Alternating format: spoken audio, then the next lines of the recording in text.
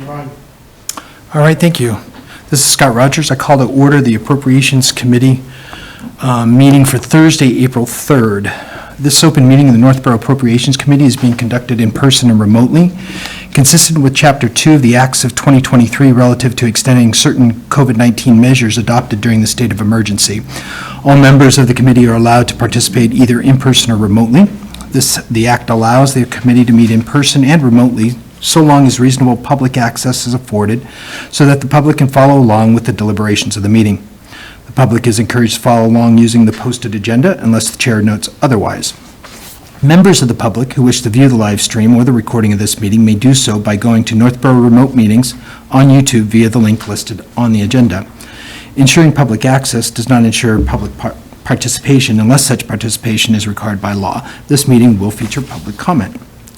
Members, when I call your name, please respond in the affirmative. Bob D'Amico. Aye. Jeff Knight. Aye. Terry Halloran. Aye. Tim Kalin. Aye. And we'll see if George is running late or may join us in a little bit. And then staff, when I call your name, please respond in the affirmative. Jason Little. Present. Sounds good. All right. Thanks, everybody. That, welcome. We'll start things off with public comment. If there's any folks to make a comment, come forward here in the room or raise your hand in the meeting. And Fran, welcome. Thank you very much, Mr. Chair. Fran Backstrand, 76 Cedar Hill Road. First, I just want to say thank you to all of you for your willingness to be volunteers on this committee. You have a lot of responsibility in reviewing and assessing the proposed budget for next year, trying to balance, the use and needs of the administration and the town with the ability of those of us who have to pay the bills. I do want to say that I understand it's advisory and that the policies and goals are set by the town administrator through the direction of the select board. So I'm not expecting you to change their policies and goals, but I'm hoping that you can give them clear guidance and understanding that there has to be a balance between those goals and objectives. We can't tax to the max the residents who have to pay for those goals, and I think that as elected officials, they certainly can appreciate that. I do want to say that I understand that the new position for the Council on Aging was removed, as was the dispatcher and the IT position, and while it's unfortunate, I appreciate it. It is not something that we can do in the same time that we're dealing with the healthcare costs that are relatively out of our control. I thought by removing these positions when the healthcare insurance premiums was addressed was an indication that we were serious about the need to prevent an operational override for next year. At the summit last year, while everything was very different, the proposed increase was about 4.5%. I believe right now we're looking at closer to 8.3% increase on the draft budget that you'll review tonight. So it's really the taxpayers that are going to have to adjust our household budgets to accommodate this increase. I think there was a gentleman, I think it was George at the public hearing that said, I'm going to have to figure out where the money's going to come from. I really want to impress upon you to advise and counsel the people who make the policies and decisions that they need to do the same in the budget for the town. I don't believe that we can propose a budget for this year without truly understanding the impact for next year, which is something that your member Terry Halloran has been speaking to at each of the meetings. And there is so much uncertainty at a state and federal level right now. I really think we need to position ourselves for the best position possible because there's a lot of unknowns for coming in the next year. I'm hopeful that your recommendations to the town administrator and the select board will be that they need to look to possibly further cut the operating budget to help stave off the need for Proposition override next year. I've heard some people say that Proposition 2.5 override is inevitable, but it's not. We can make difficult decisions today, or we can make really difficult decisions next year, because there's no guarantee if we come up to that Prop 2.5 override need that the voters are going to say yes. And then it's not just level funded, level service. It is draconian cuts back to I don't know, 2019 to pre-COVID, I don't know. But I just want you to be really conscious of that when you make your recommendations to the policy-making boards and the town administrator. And be mindful, again, this was something that was brought up at your meeting. There are over 3,330 residents over the age of 65. While not all of them are on fixed incomes, the majority of them are at least on their way to a fixed income lifestyle. That represents 30% of our elected population, registered voters. And so I really appreciate it if you would think about them. I don't want to say it just because I'm an older person myself now, because I do really think that this is a way that you have to learn how to live within your means, and sometimes that means saying no. My kids did not get new cars. They didn't have nicer cars than the teachers did at the school. They actually weren't even allowed to drive until they were senior. When we bought our house in 1987, you can tell how long it's been, we were approved for a mortgage at $185,000. So the realtor said, let's look at $200,000 homes. And we said, no, actually, let's look at $150,000 homes, because we might want that extra levy limit for other things. And that's how I approached my finances for the 40 years, which is probably why we will be married 40 years in May. And that I would hope that you would guide the policy board and the town administrator to do the same for the taxpayer. Thank you. Thank you, Fran. I don't see any other comments, so we'll move over to approval of meeting minutes. We've got a set of minutes from March 13th. Is there a motion to approve? Mr. Chairman, I move we approve the minutes from March 13th as distributed. And second? Is there a second? Anyone? Second. Thanks, Jeff. Any discussion on that? All right, it'll be a roll call vote to approve. Bob? Abstain. Jeff? Aye. Terry? Aye. Tim? Aye. And I am an aye. That's 4-0, one abstention. And then we have a set of minutes from March 18th. Move to approve the minutes for March 18th. Thanks, Bob. Is there a Second. Any discussion on that? We'll do the roll call vote. Bob? Aye. Jeff? Aye. Terry? Aye. Tim? Aye. Scott is also an aye. That's 5-0. Thank you very much. In our packet is a memo from Jason that provides an update on the budget status. There was continued changes since we last met and had the joint public hearing. Jason, you want to walk us through the highlights of that? Yeah, sure. It's a fairly lengthy memo, but it's intended to lay out the things that had changed. Typically, I think throughout this process, we don't generally continue changing the budget. There's a period of time where we have to be done with it and have to live with what's in it and go to press with what's going to be in the budget. As a result of the hearing and some late-breaking information that came, we kind of knew that the timing of the fire station project and the bids it was going to be a tight timeline to finalize the debt service budget. That was one thing that changed. So in appreciation of the comments that were made at the hearing and, trying to implement those, there's not that many levers that can be pulled without making a policy decision of cutting departments and moving back, retrenching from a level service budget. So this is the outcome of the levers that we had left to pull, so to speak, for what could be changed without affecting departmental budgets. So the net effect of this was we presented a budget that was reflecting somewhere around an 11.5% increase to the average single-family home.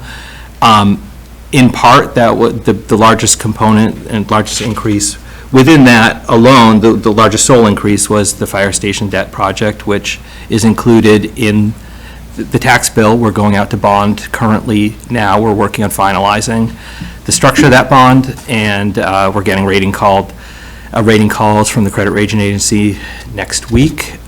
So we're moving forward with the borrowing. The project is moving forward. The bids fit within the budget. They came in approximately, the general contractor bids came in approximately $6.5 million less than what was originally budgeted. So we had already in the budget tried to minimize the first round of borrowing to tie out to what the cash flow was. We got an updated cash flow analysis from our owner's project manager, and we integrated that into the bond issue. So we reduced the bond issue by $3.5 million, and that's reflected in the budget. We were just notified of some settlements that followed. The assessor is working out settlements for some cases that were at the appellate tax board. It affects what we raise for what's called overlay. That's similar, for people watching at home, overlay is similar to the concept of reserve for bad debt for a business. Every year within taxes, we raise a certain amount to cover potential errors that the assessors have made or abatement applications that people put in that are granted through the ATB process. Just so people know, I'm being a little bit long-winded about this, but the process with an overlay, you get your actual tax bill in the winter. There's a period of time you have 30 days generally from when that's due to apply for an abatement if you feel like your valuation's incorrect. The assessors will weigh the merits of your application. It's possible that they've misvalued your property. We value properties based on full fair cash value, based on market effects and market values. It's possible they manage millions of points of data in their database. If they got something wrong or something was not updated, you can apply for an abatement, and they'll look at your individual property versus your property record card, which is online. And if they deny your abatement, you have the ability to appeal that to the state's appellate tax board, and there's a process for that. So generally, it's not homeowners that are applying to the appellate tax board. It's generally corporations for commercial property, and each one of those applications tends to have a much higher liability for the town. For instance, we had a balance in our overlay account that led to us declaring surplus last year. That was the result of building up the balance because the largest taxpayer in town had filed a case and was with the appellate tax board. Internally, we felt like our data was strong. We had an appraisal done of the the property, and we felt we would have prevailed had that gone through the process. However, there was a settlement that was negotiated, and overnight, the balance that we had, there was a bit of surplus there. Last year, $600,000 was declared surplus. That got used within the capital plan as a source.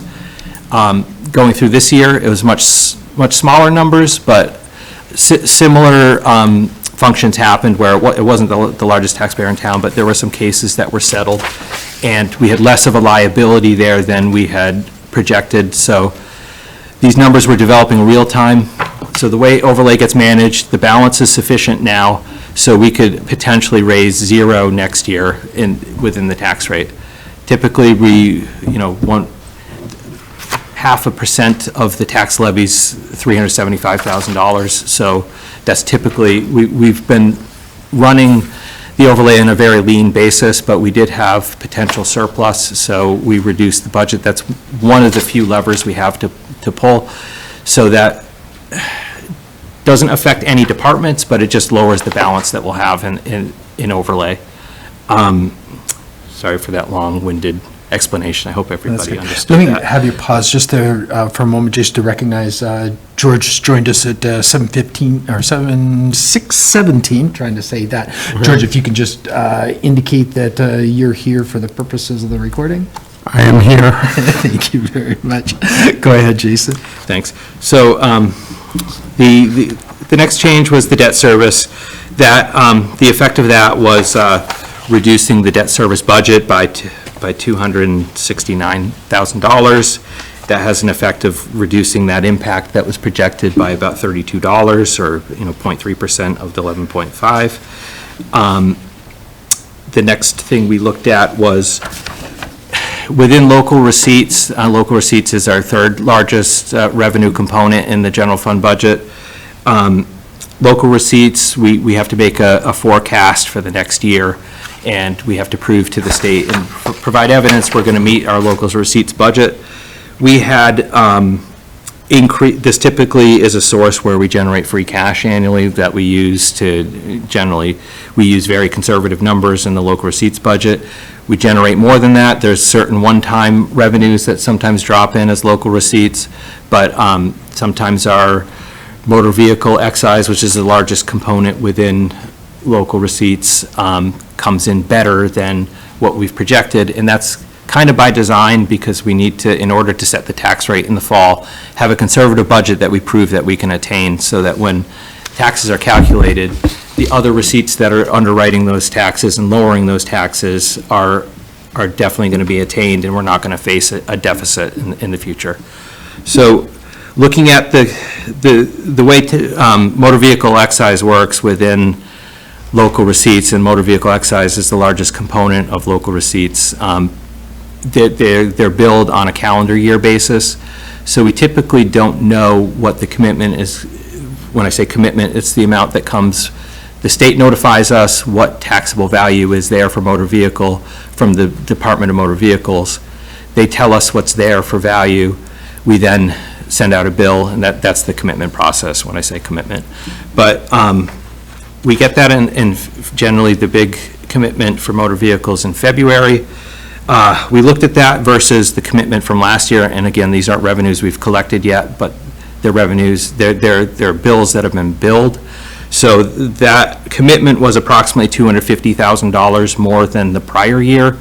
So we felt comfortable raising that another $150,000 and thus lowering taxes within local receipts. And finally, transfers from other funds. These are amounts that we transfer out of revolving funds. For example, there's I think the largest single transfer is from the fire revolving fund, which is funded by ambulance receipts for the most part, and that underwrites the fire department within the general fund budget. So we increased a few of those, some of those transfers within the budget, and I think those totaled $43,000. So in total, through these few actions, we reduced the budget by the tax levy by $838,000, and that's the purpose of this memo, and that's where we stopped with the budget. And I don't know if I highlighted what was presented as a $1,090 increase was cut back to $966 or 10.2%. And that the 10.2% is a larger than usual increase. I think through multiple projections from prior years using slightly different assumptions every step of the way, we had known that when you drop in a big project like the debt service for the fire station project, which is a very large project, we knew we were going to face a 10% increase in the year that the debt service came online for that project. And that concludes my discussion around this memo, and I'm happy to try to answer any questions around it. Thank you, Jason. Any questions to Jason on that budget update?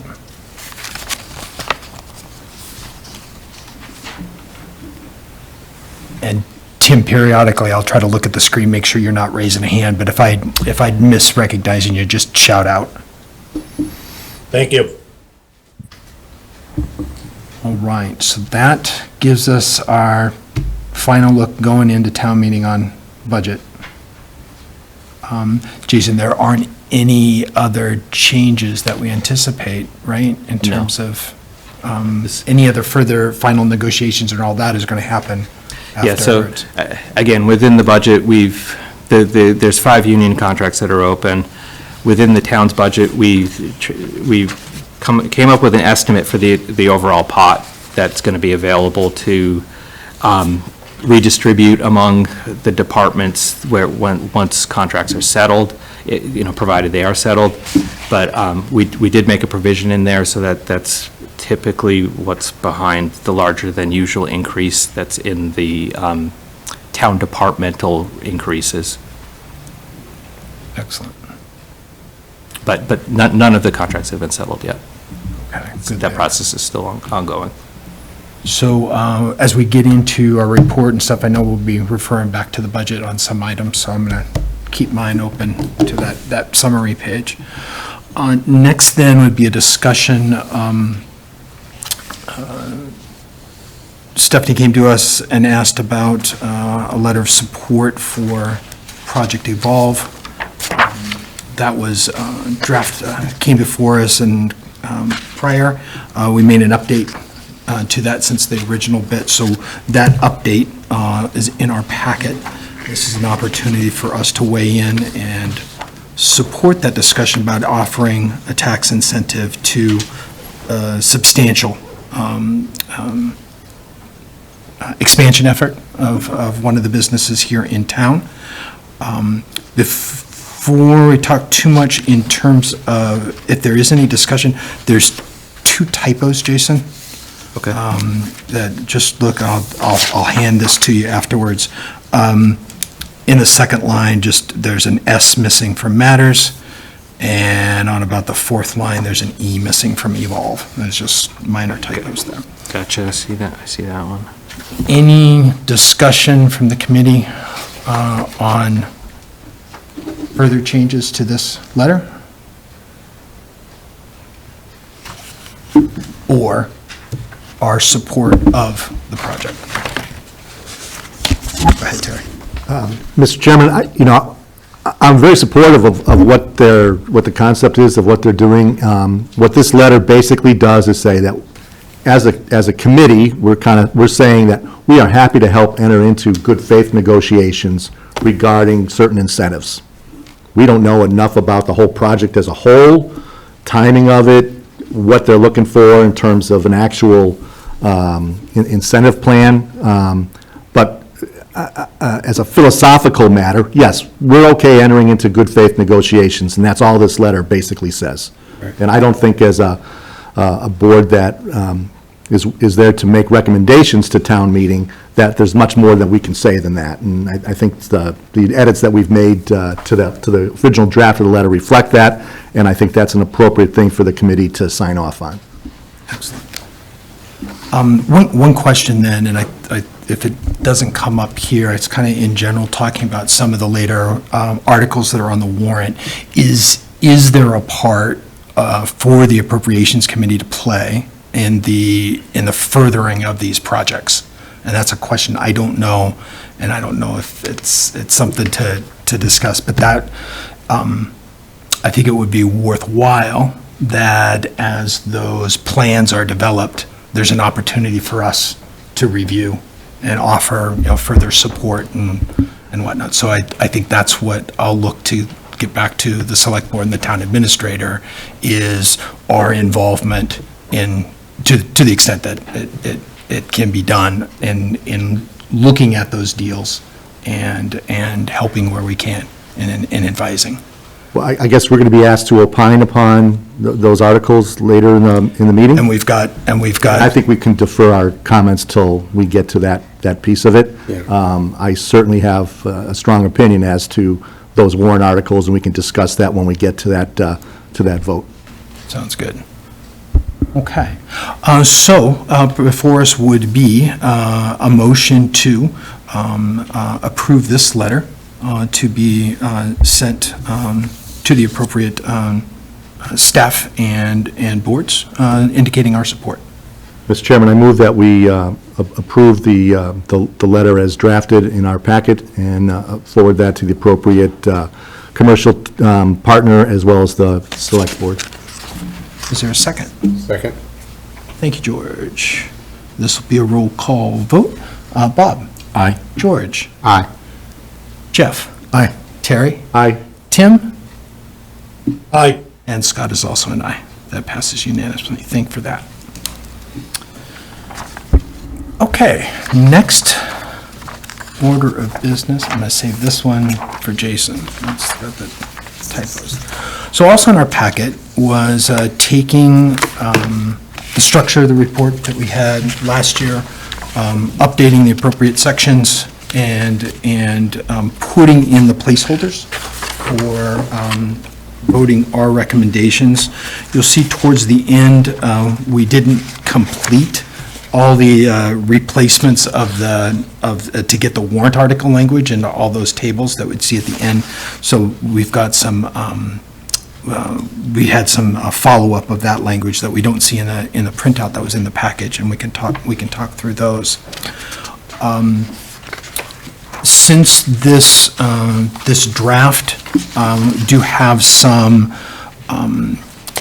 just adjustments in terms of some tense and perspective and wording, doesn't materially change the paragraphs, but got some updates from Terry and myself on that I'll give to Jason. You'll see that in the next draft that's submitted. A little bit of just adjusting the wording on these. You'll see that we have a section to place any rationale that we want to develop in terms of our discussion of the individual articles. We've got a placeholder to put that narrative in, as well as then the sections for tallying up the votes and recording some additional commentary on the articles. Before I go any further then, did anybody see any further adjustments to the standard sections that they wanted to include? Through the chair, Yeah, go ahead, Jason. do you have more material edits that you'd like to make beyond just like the grammatical or wording of some of the things, and maybe you want to discuss what would change? Yeah, okay, so then, as we look at the printed draft that we have here. I'm sorry, I want to finish the second part of Oh, sorry, what I go ahead. meant to say, and I didn't say it quick enough. But, yeah, this draft that you're looking at tonight was included in the packet publicly, so just, navigating between what might be the finished product and the version that was in the packet, I think might be helpful. Yeah, so there'll be this kind of tabular structure that's kind of complex, simplifying that. So you'll see those changes. So then, like I said, as we get into the end where we were just kind of had placeholders for those tables, that will be filled in that way. So that structure will be simplified as we go forward. Was there an other element, Jason? No, I meant more of the commentary at the beginning, before we get into the tables with the individual articles and opinions and so forth. Yeah, so as we update this draft, that might be tomorrow or first thing Monday, I'll get it out to the committee again. If there are further changes, then we'll go through that process of getting any changes back into Jason. It is my intent that as we get to the end of the bit here, the approval to, work with Jason and do the final language, but I do want to publish another draft for you all, so that if there are any additional adjustments, that you catch something that we miss, you've got an opportunity to say that. But keep going, but Oh, I was just going to say the same thing, as typically at the end of the meeting, where recommendations are sought or voted, if at the end, typically there's a provision to approve the report as to be finalized between the chair and myself and administration to finish the report and correct any typos and things like that. But anything of substance materially should go through the committee, and I don't want to take anybody's voice away that's on the committee. Okay, so we'll see as we get into some of the discussion on the individual items. Well, let's talk a little bit now. So we'll probably find some simple statements that are easy to record tonight. Make sure that gets incorporated. Some might involve some sentences that we need to construct over clearer heads, and those will come in later, but we'll have a way to incorporate those. Okay. Any questions on kind of the narrative content and the structure of the report? Because what comes next is going through each of the articles and recording our recommendations of that. So what I'll ask is hold me back if I'm trying to go too fast, but I am going to try to go through in a structured way where it's a call to a motion on whether we recommend that the article be approved at town meeting. We'll take the motion, we'll take the second, and then we'll open it for discussion, right? Then we'll have the discussion, take our vote, talk about what we might need to annotate for that item on the report and go on to the next one. So there's an opportunity that on some of these, we'll be sliding through them pretty quickly, and then other ones we'll probably have more discussion. But I want to recognize that sometimes I get into a role, and if I take the pace too fast, let me know, and then if I take the pace too slow, let me know, so that we get through this work tonight. We'll have George smack you. George, just reach over and go from that.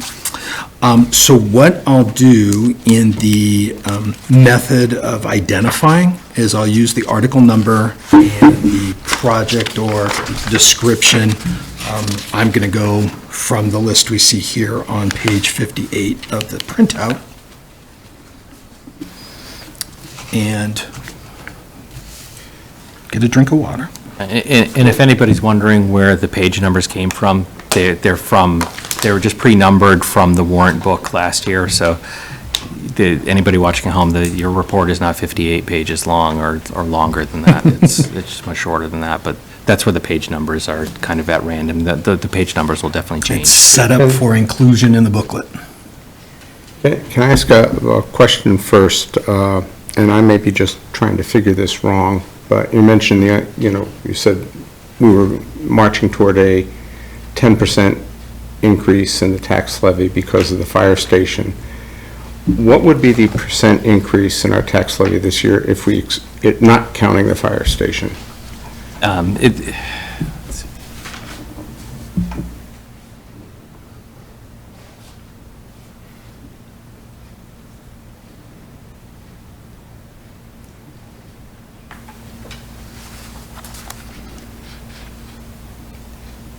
It still would have been in the 5 to 6%. Okay, I was calculating 8%, but I may be doing it wrong. Well, overall, it's going up 8.87%. All right, in the general fund.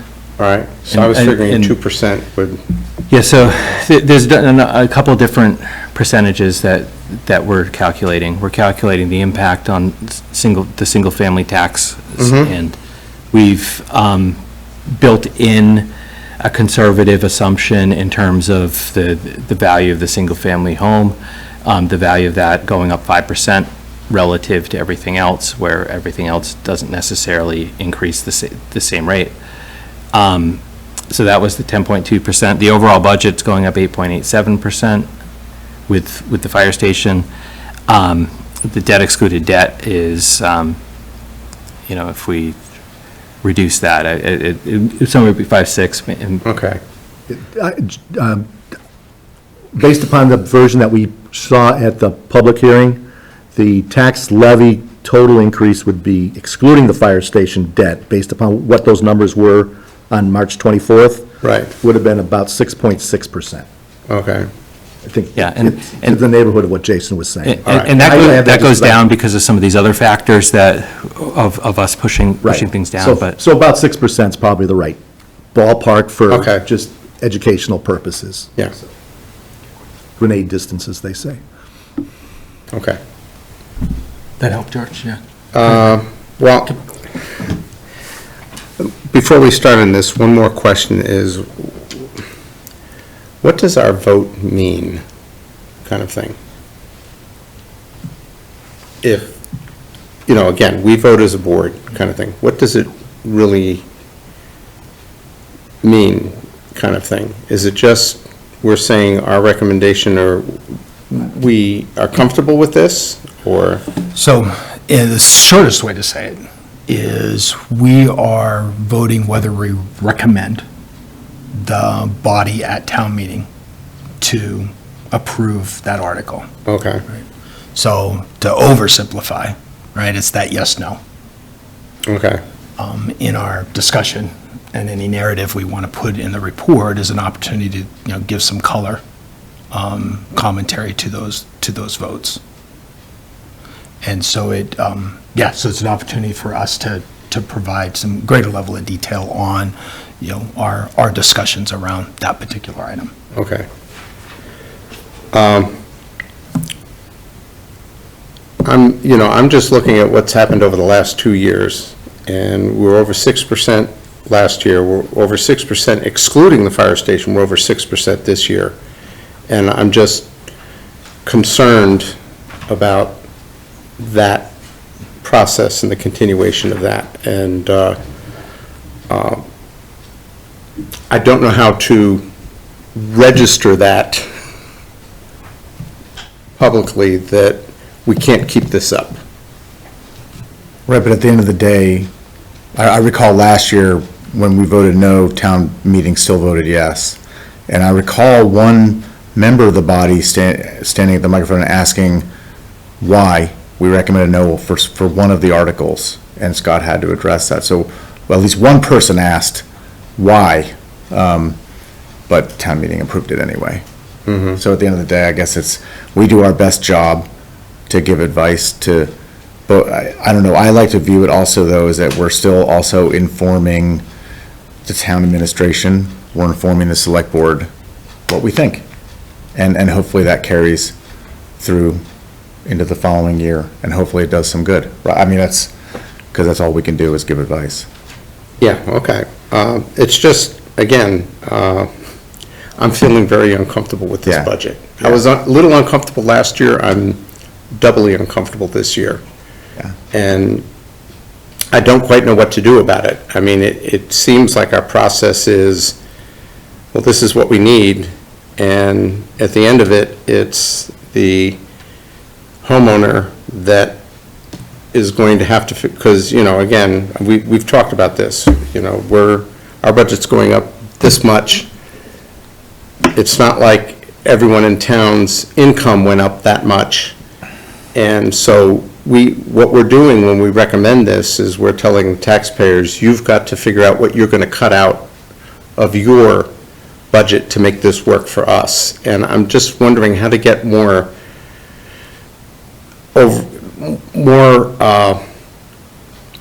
care about what we're doing in that realm across. And we went through the budget process this year, and it tends to be, okay, here we've done the best we could. We use this word level services. We've said level services for every year I've been on this committee, but it seems like it keeps going up. And, we have more people, we have, more things, and I'm just wondering how the budget's not level. Even if this, so I'm just wondering, how can we raise that concern and think about what we need to look at going forward, because we can't keep doing this. And, I've looked at, we've all seen the kind of graphs that said, here's the CPI, here's how inflation's gone up. And there's certain industries, you look at higher education and it's going up like this, and you look at healthcare and it's going up like this.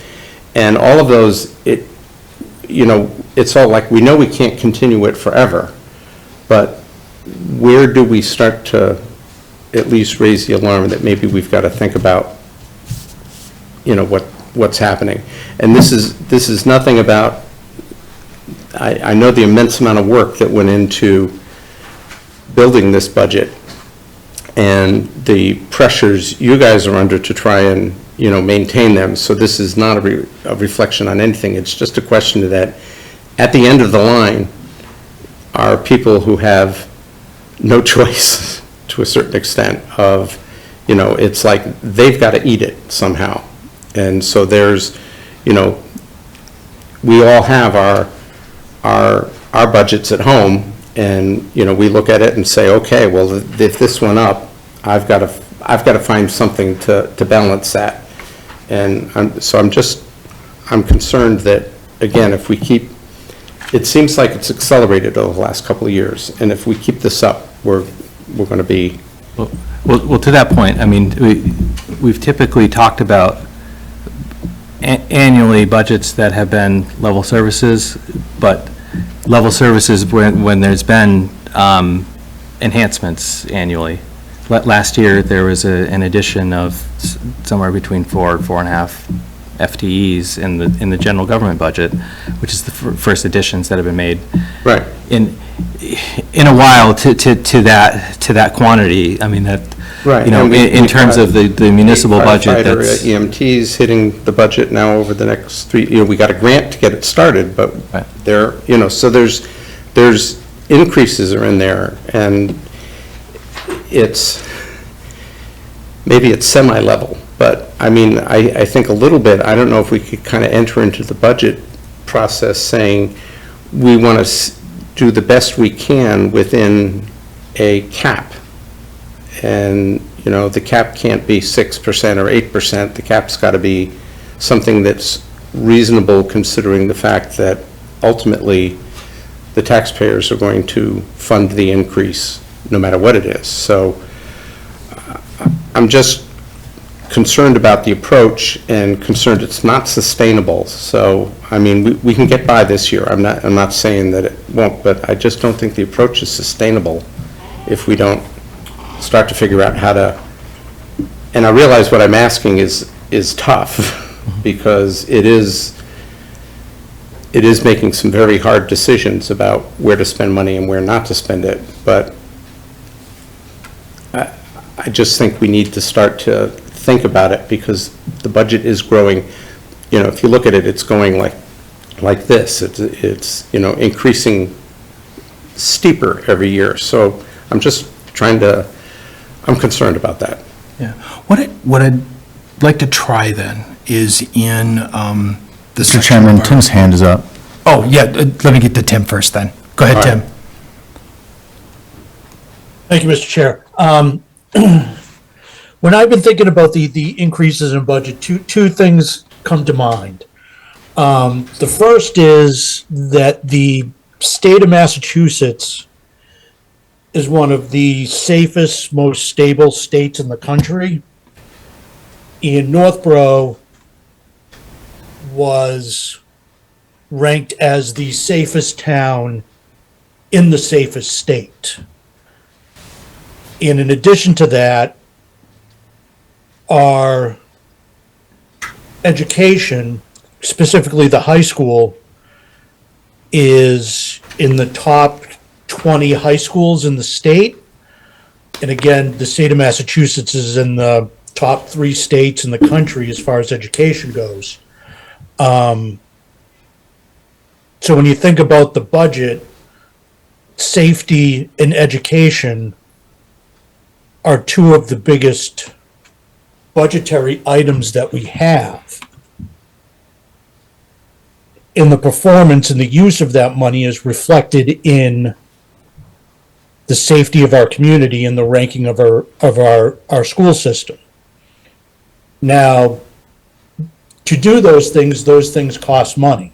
You can't do those for nothing. Look at our police department, they always have the equipment they need, they're always properly staffed. The fire department, they're getting a new fire station, but over the years, they've been, for the most part, staffed adequately and have had the equipment that they've needed. I think now as a community, what we're faced with is an asset and infrastructure issue. The fire station's old. Some of the schools are old. Town hall is old. 4 West Main is old. On top of that, we've got White Cliffs. And on top of that, the town just bought, I forget what it was, 22 acres off of Whitney Street. And that's 22 acres of land that industry was interested in that is now not only, it's taken off the tax rolls and it's going to cost the town money to maintain those 22 acres. So these are decisions that have been made that lead to these increases in taxes. And I think if people want to continue down that path, you're gonna, it just costs money to do those things. That's all. Thanks, Tim. What I'd like to try to do to incorporate that, because prior meetings, we've talked about the consumption of levy capacity over the last couple of years. George, you missed some great comments by Fran at the beginning that that we'll catch up on during public comment, which reflected the points you were making as well. I'm going to need some help, but I want to try to wrap those ideas into our report. And, Mr. Chairman, some of those ideas are incorporated in the narrative, but it's only, It's just those few sentences. it's only a few sentences, and as I reviewed it, one of the things was like, well, how do you make it a little bit more apparent and stuff Yeah, like so that? I want to try to craft Okay. something for that. So let me take that. And then what I want to do is then bring that into then, okay, so here's our recommendation for fiscal '27. And For then looking 26. ahead of setting, rather than level services, we look at what a department would be if it's level funded. Yeah. That sort of thing. So then Right. that can be some of the budgetary directions that go out in the next budget cycle.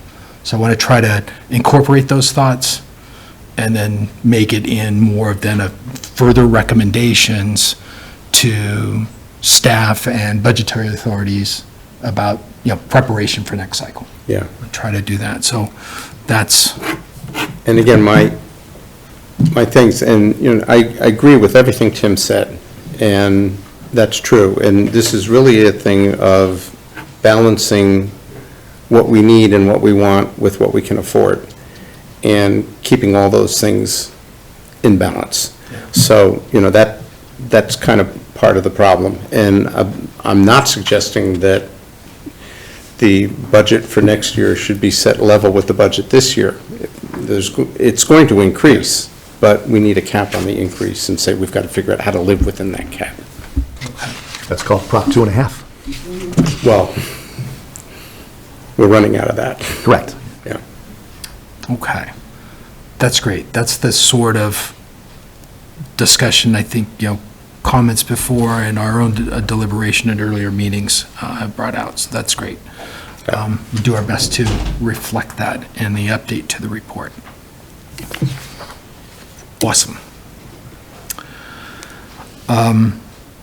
Okay. Let's try one. First one's easy, right? For Article 4, prior year's bills, there won't be any.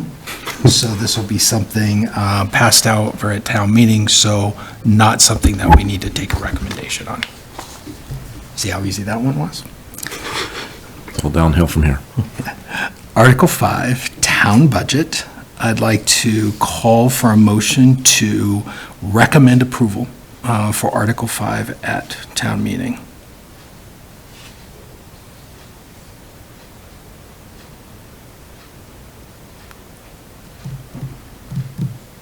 Probably should have someone move. I don't think anyone's too enthralled with it. I think that's an indication of some of the feelings. Well, we need to move it to discuss it, right? So I'll second. So I'll move to, Thank you, Bob. Thank you, Terry. All right, let's discuss.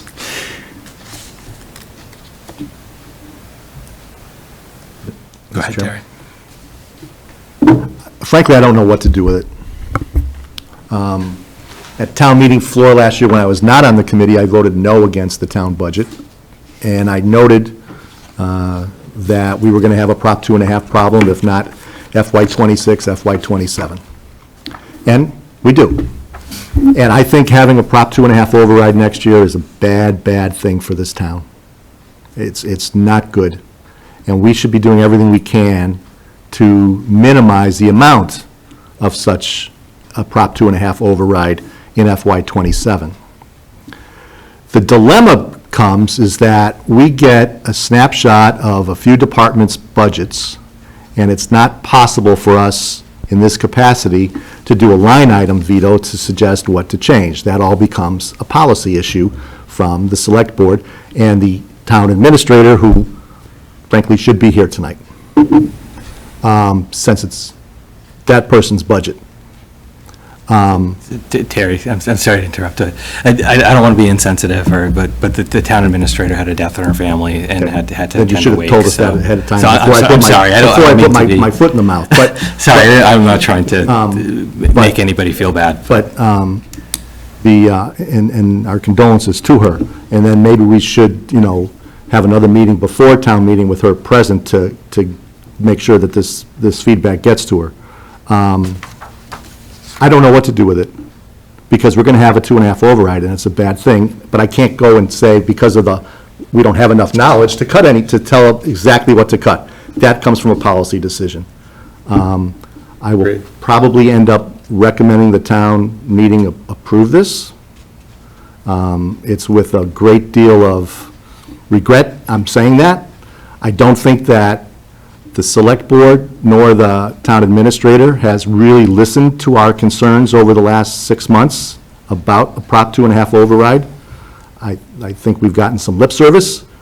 I think the numbers that we have and the budget that we have and the knowledge that Jason has provided to us as a group has been absolutely outstanding.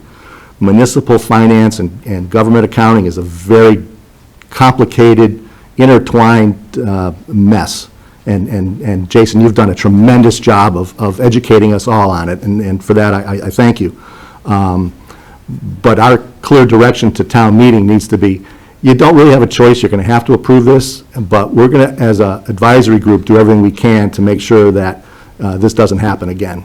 And if the select board and the town administrator doesn't want to listen to it, then it's going to go to a 2.5 override, and that's going to be a problem. So with that, Mr. Chairman, I've probably said too much, so.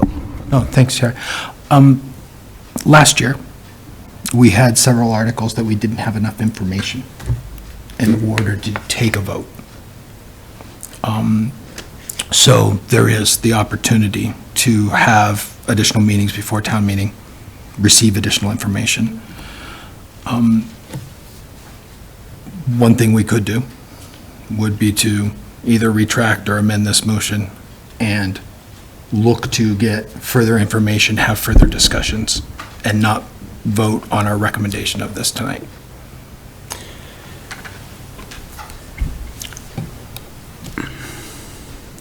I'm not sure additional information is going to help. Okay. Again, it's almost too late to kind of come in now. I mean, one of the things I thought is we go back and said, look, knock 1%, 2% off these budgets, and go back to the departments and saying, you've got 1 or 2% less, figure out how to make it work, kind of thing. But it's kind of hard to just throw that out there at the 11th hour type thing. But the problem is that you could get more information, and it's not going to really help us do anything concrete about this anyway. So we're down to that dilemma of, I mean, part of me is like, I was thinking I could come in here and just vote no on all of it, and it doesn't matter. First, I'm just one vote of the 5, but even if this entire board said, we don't approve of this at all, we cannot recommend this, it doesn't matter. It's going to be decided at town meeting kind of thing. So it's a little late, and the problem is the people at town meeting are probably they're going to see these numbers for the first time at town meeting. And so I don't quite know. I think maybe the best thing is to do is say, okay, we'll go forward with this like we have done in the past, and but make sure it's noted that the level of discomfort with how fast this is growing, and the idea that we need to be a little bit more, not careful is not the right word, but we need to rebalance ourselves going forward. Because I think one way or the other, we're probably going to be looking at an override next year no matter what. And it's important that, our colleagues in the school committee and the regional school committee, I mean, they're going to have union contracts coming up. they need to be very clear as to where we are from an override perspective. I know when we had the school committee in, the superintendent said he's aware of it, and he and the town administrator were in communication with that, and we had asked, like, could you give us some strategies about what you're thinking about? And, I know everybody's busy, but we didn't get any of that. So we're kind of left hanging to say, what's next year really going to look like? And that's a difficult spot to be in. So, Go ahead. Oh, yeah. I don't disagree with what's being said here, but I don't see the harm in what Scott's suggesting, that we can do maybe a quick look, maybe something low-hanging fruit that maybe be able to cut out of the budget or something. I don't see why we couldn't do that. So, well, yeah, I don't know about that, but I know that we went to the financial summit, we both walked out of the room and said, wow, this sounded crazy. Yeah. This is like next level crazy what we're hearing out of these people.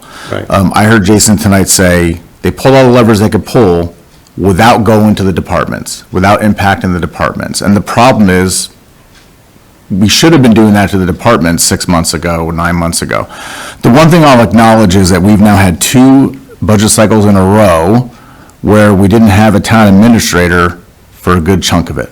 Correct. So, I think that, when I vote to recommend approving this budget at town meeting, which I think I'll be stuck doing also,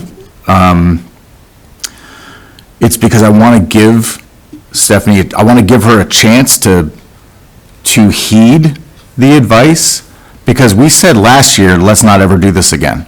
We Right. said this last year. And then we And now did. we're sitting here tonight saying it again. Oh, this is horrible. This is a poison pill. Let's never do it again. And a year later, we're doing it again. This is unacceptable, and we're doing it again. The departments really didn't take a hit. They're still wanting all the same things that they always want. It's not really sinking in. And like Terry's saying, it'll sink in when the town votes no on an override. That's when it'll sink in. Because they'll be in a world of hurt really quick. Because, we get 1% of our residents show up to town meeting. Wait till you see what happens when there's an override on the table, right? When there's an election, when there's an override on the table, you wait to see what happens then. You'll get more than 1%. I think this is abysmal. I think we're in a terrible place. But the only mitigating factor is that we've not had a consistent town administrator. And so I'm willing to roll the dice with her, because we've had some conversations. I do have some faith that we're on the same page, that she's hearing us. Okay. And to go into the next budget cycle, see what happens. But yeah, I feel like this is deja vu, George. Like, we're here again? Yep. Yeah. Can I make just a couple comments to put some of this stuff? I'm not disagreeing with, like, the discomfort with the amount or the lack of levy capacity, but some of the context here was this calamity with health insurance that happened at the 11th hour. If we'd be having a much different conversation if that went up a reasonable amount. And again, we met at the summit where some very broad projections were made, and maybe the mistake or the part that was naive was to put forward a model to see what it was, just a budget model, a projection saying 3% for level services for departments and 4% for health insurance, and these, just to look at what the ripple effect of that would be. And that was a 27 or 28 override, was on the horizon using those fairly rosy projections. This year, I mean, the health insurance bill going up, we've got the budget for health insurance going up 17%. We're looking like we're settling around a 17.99% premium renewal, which in all my life, I never would have expected we'd ever be there at 17 thinking that was good news, down from 25%. So that news in the 11th hour, that $500,000 or so additional that came into the model, not necessarily, we started the process with good faith with departments to ask for a level service budget. We asked for, if your budget didn't fit within 3%, what a 3% budget would be, what cuts would be required in your budget. And then your ideal budget that you presented at the summit before as you said, it was kind of a crazy message that was had, was what are your long-term needs? And those were included all the revenue and all the enhancements that were talked about. So we started moving forward with the departments with level service budget. If we didn't plug in that provision for union wage negotiations, we would have been around a 3% for town departments. So there's not a lot to be gained from, we'd have to make a lot of cuts to town departments to bring that within 3%, or we'd have a potential deficit with the union contracts that are currently under negotiation. So if we cut that out, I think that would be about 3.6% for the town departments. And to be fair to them, nobody did anything intentional thinking that they were going to bankrupt the town by putting in, a 3.6 and not taking voluntary cuts in their department. We literally didn't ask them that through the administrator. Another item that increased was the non-excluded debt service, where we had to start providing for debt that we're issuing that was just in short-term debt for a couple projects that were approved. Not big projects, but that was a $250,000 increase in the budget as well. So these things some of them are fixed costs that go up every year. We projected for some of them at the summit, like we knew about the debt service coming on, we knew about the retirement assessment, which we actually did a little bit better than what we had projected that was probably the one thing that was rosier than what we projected. But it wasn't necessarily, we'd have to look at a lot of departments to affect a substantive change to the budget this year.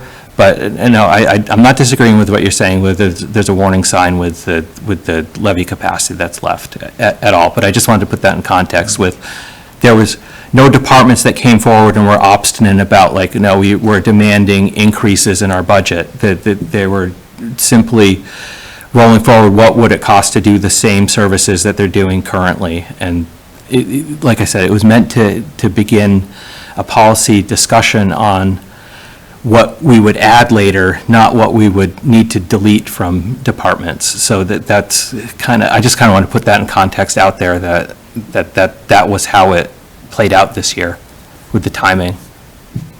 Thank you. Jason, I recognize all that kind of thing, and I recognize the level of effort that the department heads have gone through to get to here. And I recognize the impact of increasing costs of health insurance. It's just, again, that balance, because at the end of the line, it's the homeowners of Northborough who are facing, and they've got to make it fit. There's no one they can pass their costs on to after that. So we just need to be more careful with that, I think. Mm-hmm. And yes, this is going to be painful. Everyone is facing increasing healthcare costs. It's not just the town of Northborough. Everyone is being hit with that. Yeah, Bob. So do you want, go ahead and come up, and I'll get you after Bob. Yeah, I just want to reiterate what I said before. I says, everybody's talking about the 11th hour. Well, there's still another hour left. Why can't we go back and look at some things and say we can cut some of these things out? Why are we all conceding the fact that we can't do this? Why can't we? Jeff was saying, we're doing this again. Why do we have to do it again? Well, let's go back and have somebody fix it. Just my opinion is, I think we can attack I think we can maybe have a bigger impact through the capital improvement plan and other articles than through the operating budget, because the operating budget, I trust Jason's expertise, and I think what he's saying is, we're not going to find a line item that's going to really, it's not going to get us anywhere. It's not going to really move the needle. We'd have to decimate a department to move the needle, I think is what I'm hearing, because there's a couple huge line items that are driving this. And so I think the operating budget is probably not the place where we're going to be able to do make any real impact with our recommendations. But we don't want to try? We don't want to make an attempt to look at it? Just like what Scott was saying, maybe one more time and try to take a look at it? Well, last year we took our vote so it was done and in the books, and then we did at a subsequent meeting, we did a vote to reopen it, and we changed votes. right? No, we had left some Right, but didn't we also change one because we got new information? I thought we did. I mean, Maybe I'm- I think there's, from time to time, you can publish a report that says the committee did not act on this by the time of printing, and the committee will deliver its recommendation at town meeting. We I had a remember couple John on that Kader one. making adjustments. Oh, okay. Let me get to Tim first, if that's all right. Okay, Tim, go ahead. This is just a question. I don't know who the best person to address it is. I think part of the problem too is when you go to town meeting and you present a budget,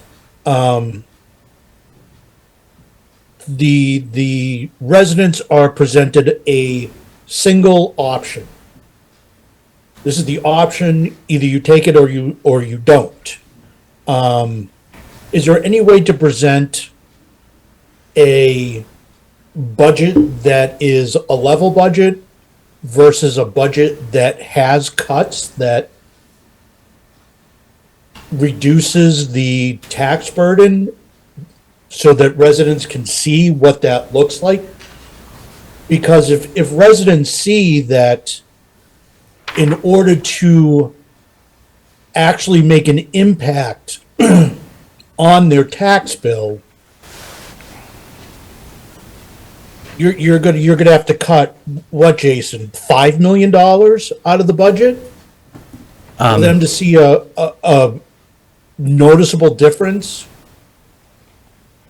Well, quick statistics and math and on the budget. Every $47,000 amounts to 1 cent in the tax rate, and 1 cent in the tax rate to a $700,000 valued home is $7. So 50 grand, $7 from 966. On an annual basis. On an annual basis, correct. Right, but if you go in and show people a budget where, all right, we're cutting things in order to manage the budget so that we don't hit these doomsday scenarios, and this is what it means to you.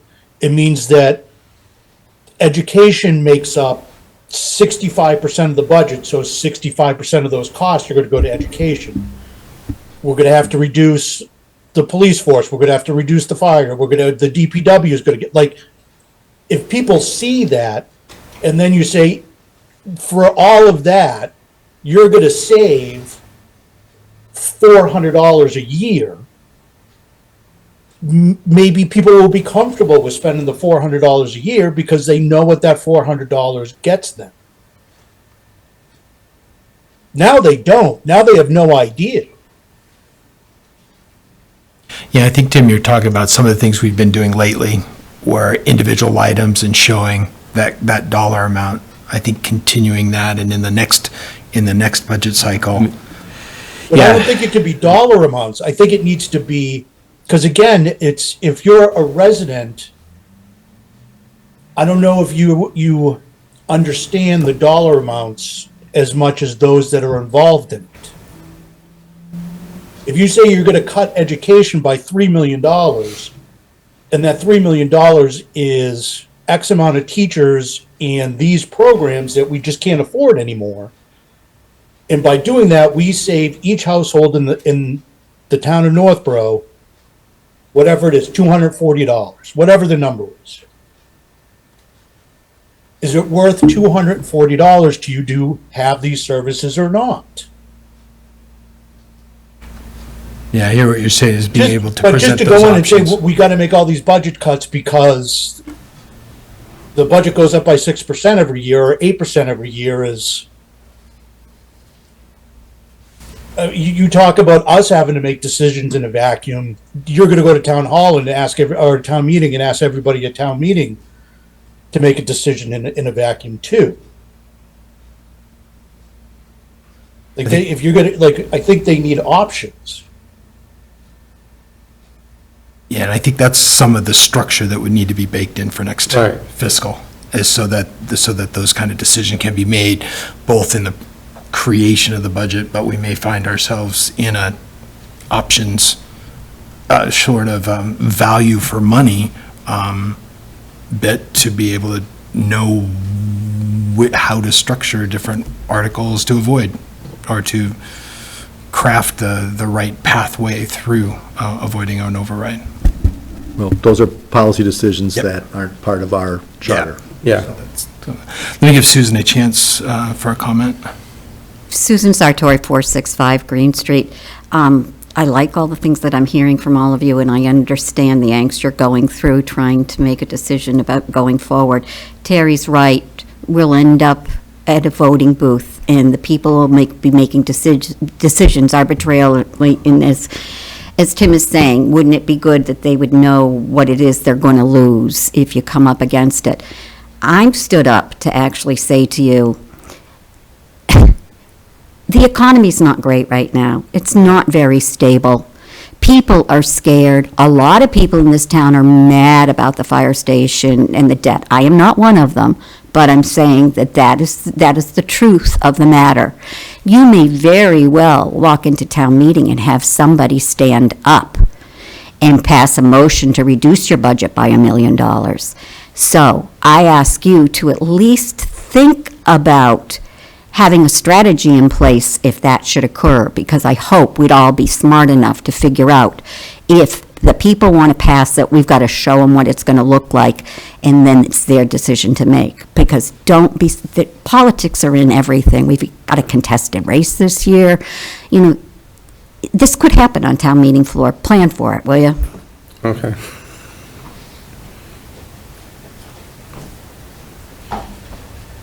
Yeah, Mitch, please. Thanks, Scott. Mitch Cohen, 12 Whitney Street, and member and chair of the Select Board. I don't want to intervene in your discussion because you need to have that discussion. Procedurally, the Select Board is going to be executing the town meeting warrant this coming Monday night. If you have recommendations on changes you think we should consider, to whether it be to the town budget or to anything else, tonight is the best night, given what's left, for you to make those recommendations, so those can be considered by the board. A subsequent meeting of your board to make a different recommendation at town meeting, you can do that. It becomes awkward at town meeting because there will be a warrant booklet that will say this, and then usually the motion is that, and then there would be an amendment and so forth. I appreciate the time crunch we are under. I appreciate that somebody mentioned the fact that we were without a town administrator and we had to do that transition this year. I am not happy that we are where we are with the timeline. I expected the select board would have a lot more time to hear about the budget and make decisions and choices.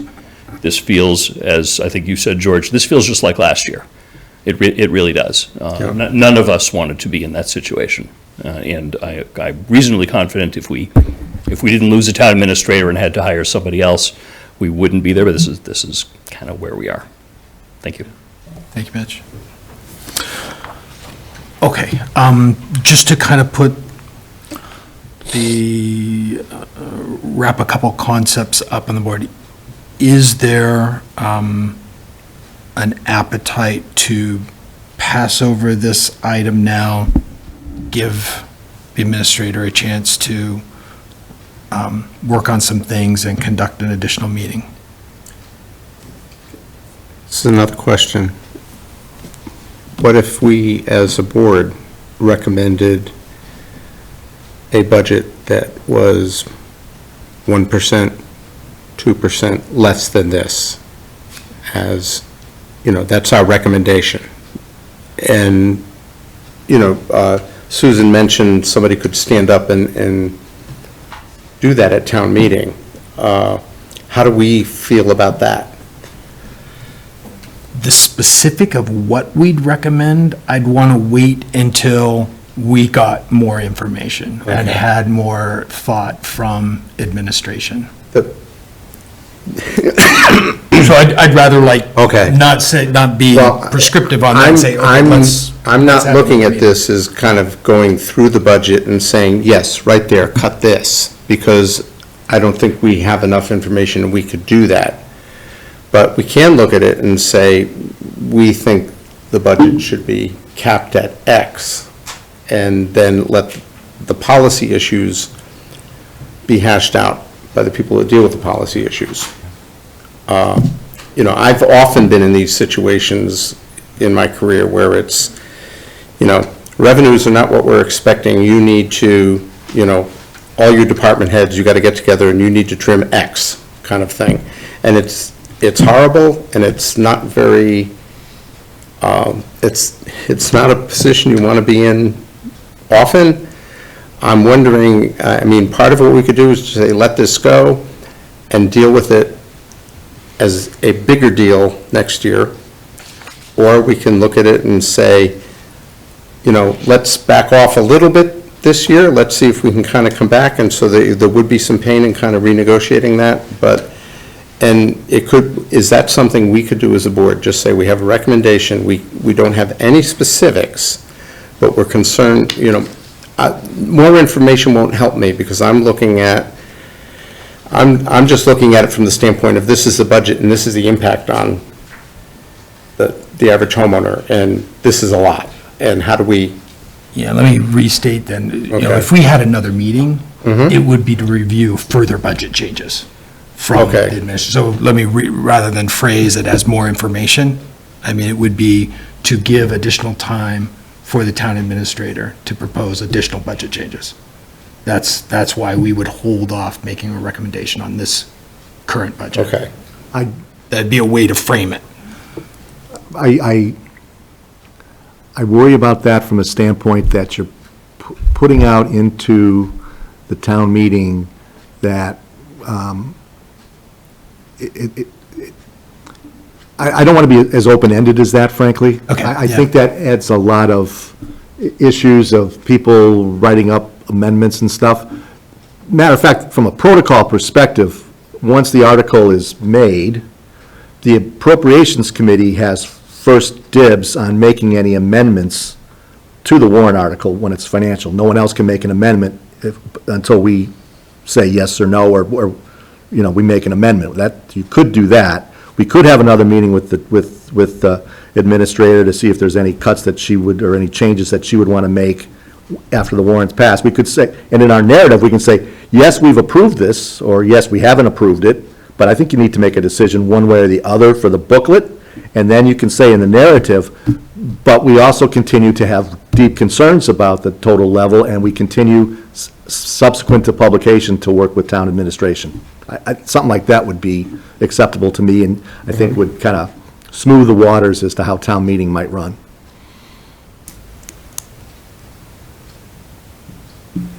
So I also would like to dispose of this tonight. I would like to I would go one way or the other tonight. Okay, so let's try to then put that in such a way that, because we've got a motion on the table, right? And through our discussion and through some further discussions, we may find that there's other reasons to have another meeting. Okay. And further, so if it's the consensus of the committee that we're ready to vote on this motion on whether we recommend approval, or vote on the motion to recommend approval. So, Sorry. Mr. Chair, I know one of the unofficial deadlines is for the printer. Yep. To get this into the town meeting book, and I believe the drop dead date is the 8th. Yeah, and I'm not So- concerned about the book, because we have the options to say, the vote was not taken as at the time of publication. We've done that before. So I'm not, Correct. I'm not That- worried so- about the logistics of the booklet. What I'm trying to suggest is like, that's the options you have in front of you. Yeah. You can make a recommendation or not make a recommendation with the understanding that it'll go in the book, that the recommendation will be made at town meeting. Okay. So one last opportunity, if we don't want to vote on this article right now, we can retract, otherwise we will go to a vote. Okay, that has to be a roll call vote. So on the recommendation for Article 5, the town budget, Bob, No. George, No. Jeff, Aye. Terry, Aye. Tim, Aye. and Scott is also an aye. So we are 4-2 on Article 5. Article 6, Northborough K-8 Public Schools. Is there a motion on the recommend to approve that article? Mr. Chairman, I move we move to approve Article 6, the Northborough K-8 public school budget. Second. Thank you, Jeff. Any discussion?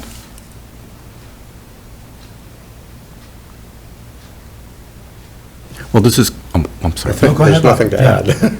This, it's kind of like rehashing what we just talked about anyway, so we're in the same boat, right?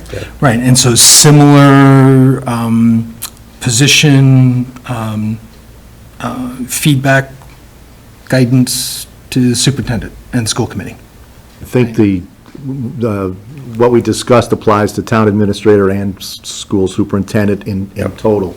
I'll just go back into history when you said we could all vote no. There was a time when the Appropriations Committee just voted no on every single line item until Was that we got right? people to move stuff. So I'm dating myself in a lot of, it's even before Jason got to town, for crying out loud. So, yeah, we only get one tax bill. All right, anything else? So Jason, I you have- I would just add that the K-8 budget's 2.99%.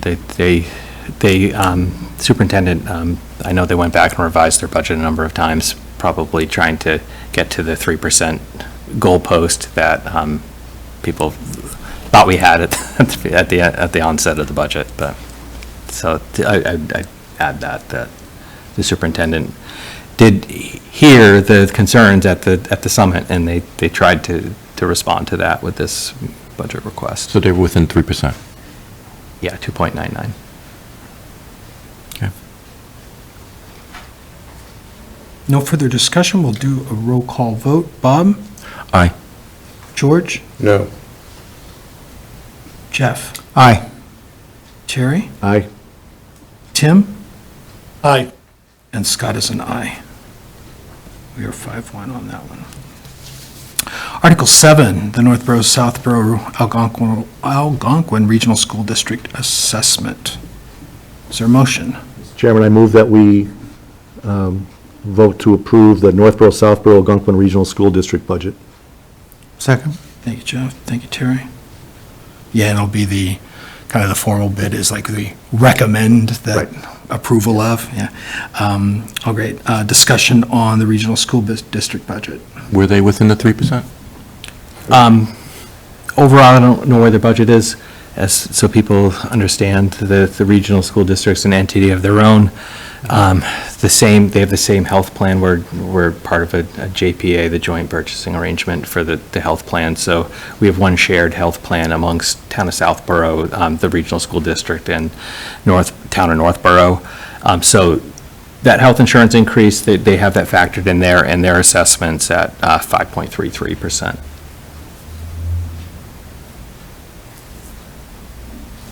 Not seeing any, I'm- oh, go ahead, George. I'm voting no, just to make sure that it's not unanimous. And so, and I'm early on, so that I just don't, I think sending this forward, but making clear that it's not unanimous is also important for raising the issue. So, I'm just, I agree. I get it. That's good. We appreciate it. All right, this one will be a roll call vote as well. Bob? This one's a no. George? no. Jeff? Aye. Terry? Aye. Tim? Aye. And Scott is an aye. That is 4-2. Assabet Valley, Article 8. Is there a motion? Mr. Chairman, I move that the committee recommend the approval of Article 8, Assabet Valley Regional Technical High School District School Assessment. Thank you, Jeff. Is there a second? Second. Thank you, Terry. Discussion on this item? Seeing none, we'll do this a roll call. Bob? Aye. George? No. Jeff? Aye. Terry? Aye. Tim? Aye. And Scott is an aye. Article 9, Water, Sewer, and Solid Waste Enterprise Funds. Is there a motion? Are we, It's just we don't have the article language. This is just to Let me go to it. approve the enterprise funds existence for another year. There should be a number here that's missing. It says NA, but Yeah. there's an article, there will be an amount. It's the ones that are in the model, right? It's the, Yes. But it is what it is, and it doesn't impact the tax levy because it takes care of itself. It impacts the With the assessments exception on- of the solid waste subsidy, that has a taxpayer impact to it. But the rest of it is ratepayers that are paying the, so it's a grand total of 7,223, Okay. 7,223,000. yes, correct. That's what we see towards the end of the budget summary table, the last block. Yeah. Okay, great. Discussion? Mr. Chairman, I just would advise the town administrator to carefully look at the solid waste subsidy. We discussed that in some of our hearings. It's, we haven't changed the price of the bags, 5 years plus. I find that to be incredulous to me, but, I mean, so at least we know we can possibly get some savings for the levy limit cap next year. Right. And we'll get some free cash as they increase the price during the course of the fiscal year. That's the way I'll look at that one, and so that would be my discussion. I would just add that within the, you're not wrong with your commentary about looking at the price of the bags. I know they were, when they were first adopted, you probably remember that because it was before my time when they first adopted the bag fees. They were relatively high compared to neighbors. They're probably low compared to neighbors, it being, I think it's $3.75, and off the top of my head, I can't remember what the fee was for the small and the large bags. But we're trying to get through the long-term contract with the Wheelabrator, where a policy decision can be made whether we exit the solid waste business altogether or not. But anyway, that it was, I think the thought was that the program would be kept alive to the extent that it is, because if we go up too high on the bag fees, people will seek private services, and so they don't have to have the headache of buying the town bags and using a town bag or something to that effect to keep it as viable as possible through the end of that contract. But that contract runs through 2027, from what I understand. Understood. And I know work is being done. Appropriations when we did that. Yeah, I don't know when the work will be completed, but I know the survey started in terms of looking at the bag fees as a result of the comments that were made about Excellent. the bag fees. Good to hear. Thank they you. haven't been raised since inception, yeah. Once. It was? Was it once? 25 cents. It was the longest conversation at town meeting. Passed a multi-page I don't remember that. budget, but we argued over the 25 cents. Thanks, Fred. Okay. The beauty of town Stay meeting. corrected. Mr. Chair, I don't think we have a motion yet. I was just going to say, I didn't do the motion on that yet. Mr. Chairman, I move that the committee vote to recommend the water, sewer, and solid waste enterprise funds for fiscal year '26. Second. Thank you, George. Any other discussion? We'll do this the same order. Bob? Aye. George? Aye. Jeff? Aye. Terry? Aye. Tim? Aye. And Scott is an aye. That passes unanimously. Article 10, revolving funds, authorization of expenditure limits. And let me just look at that. Yeah, they've been proposed to be unchanged from the prior year. And there's legislation out there so that this article won't have to be acted on every year unless there's a requested change for the year. That was the intent when the law changed back with municipal modernization in 2016, but they never, that part, there's a flaw in the writing of the law, so we have to continue setting an annual expenditure limit for the revolving funds. And, Mr. Chairman, how many revolving funds do we have? 7, I Seven? believe. Yeah. Could you, which ones are they It's, again? I'm sorry. That's okay. it's okay. I forget to.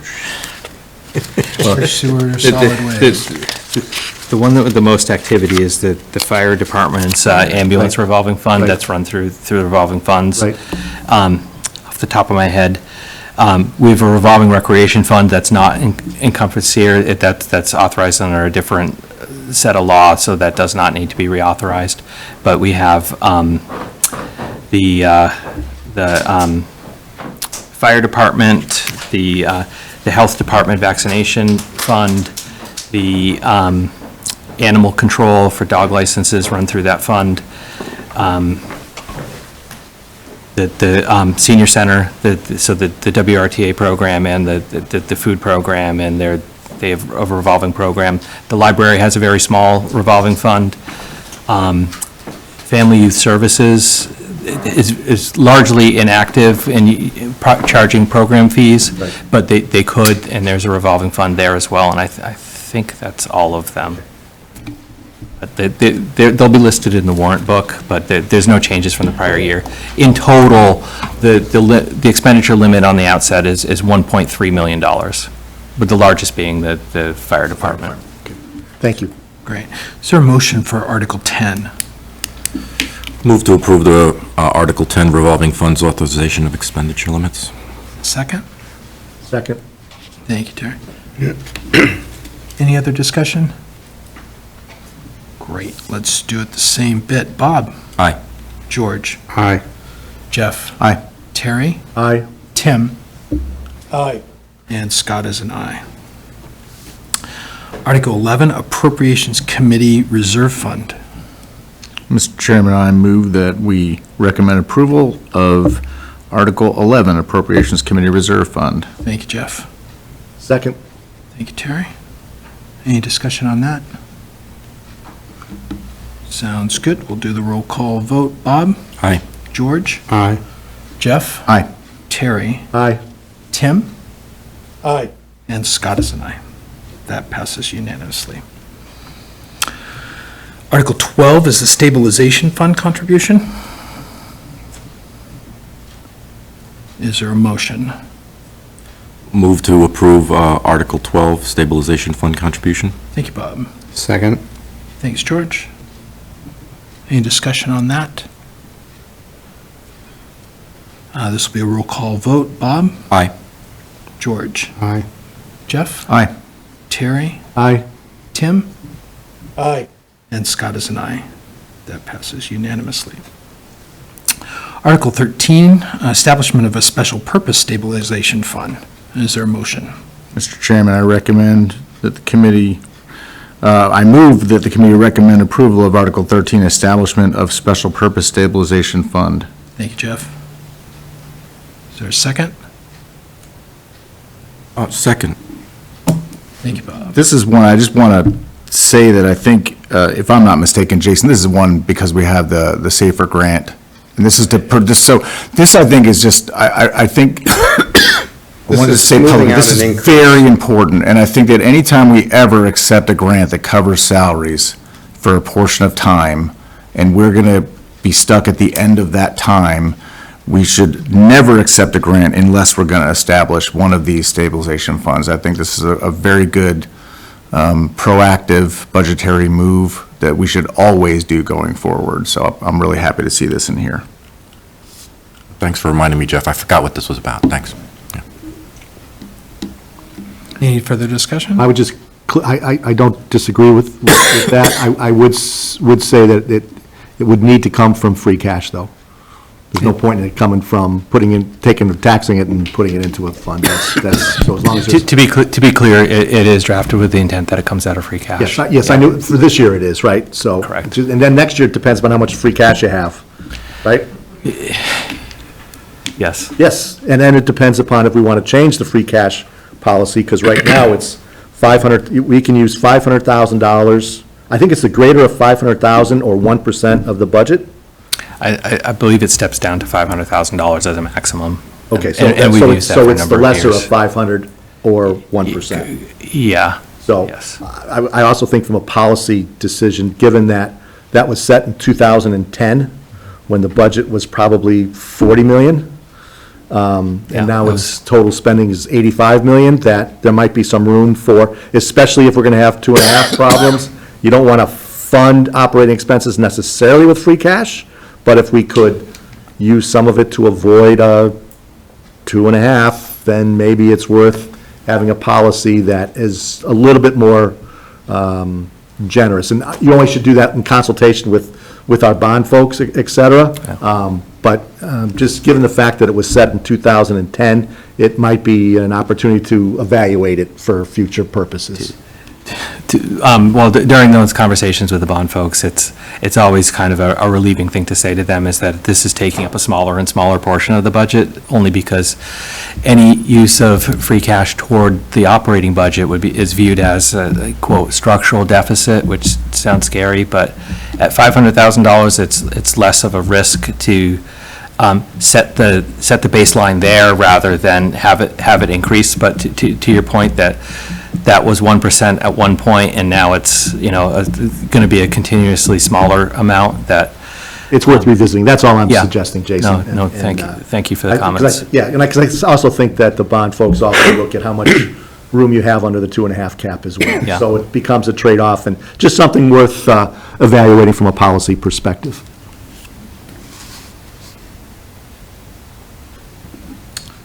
Excellent. With no further discussion, I'll call for a vote. Bob? Aye. George? Aye. Jeff? Aye. Terry? Aye. Tim? Aye. And Scott is an aye. Article 14 is senior tax relief. And I think we have the wording for that later on. Yeah, that's in the, if you go to the commentary section, there's some more wording that got added to that. I was crafting this wording into very recently, so there's two elements to this. We basically will look for and pass any measure of senior tax relief that's offered to us through the legislature. We passed 3 elements to it last year. One of them is an update. We update like an annual income limit that's based on the senior circuit breaker income limit that's published by the state. It's required under the tax deferral law, and that the section of that is the tax deferrals, whereby it works like if one of the elderly or senior it wants to defer their tax bill, they can. We have a lower, it functions like a reverse mortgage where the balance continues and accrues at a lower interest rate than unpaid taxes under the law. We're proposing increasing the income limit under that provision.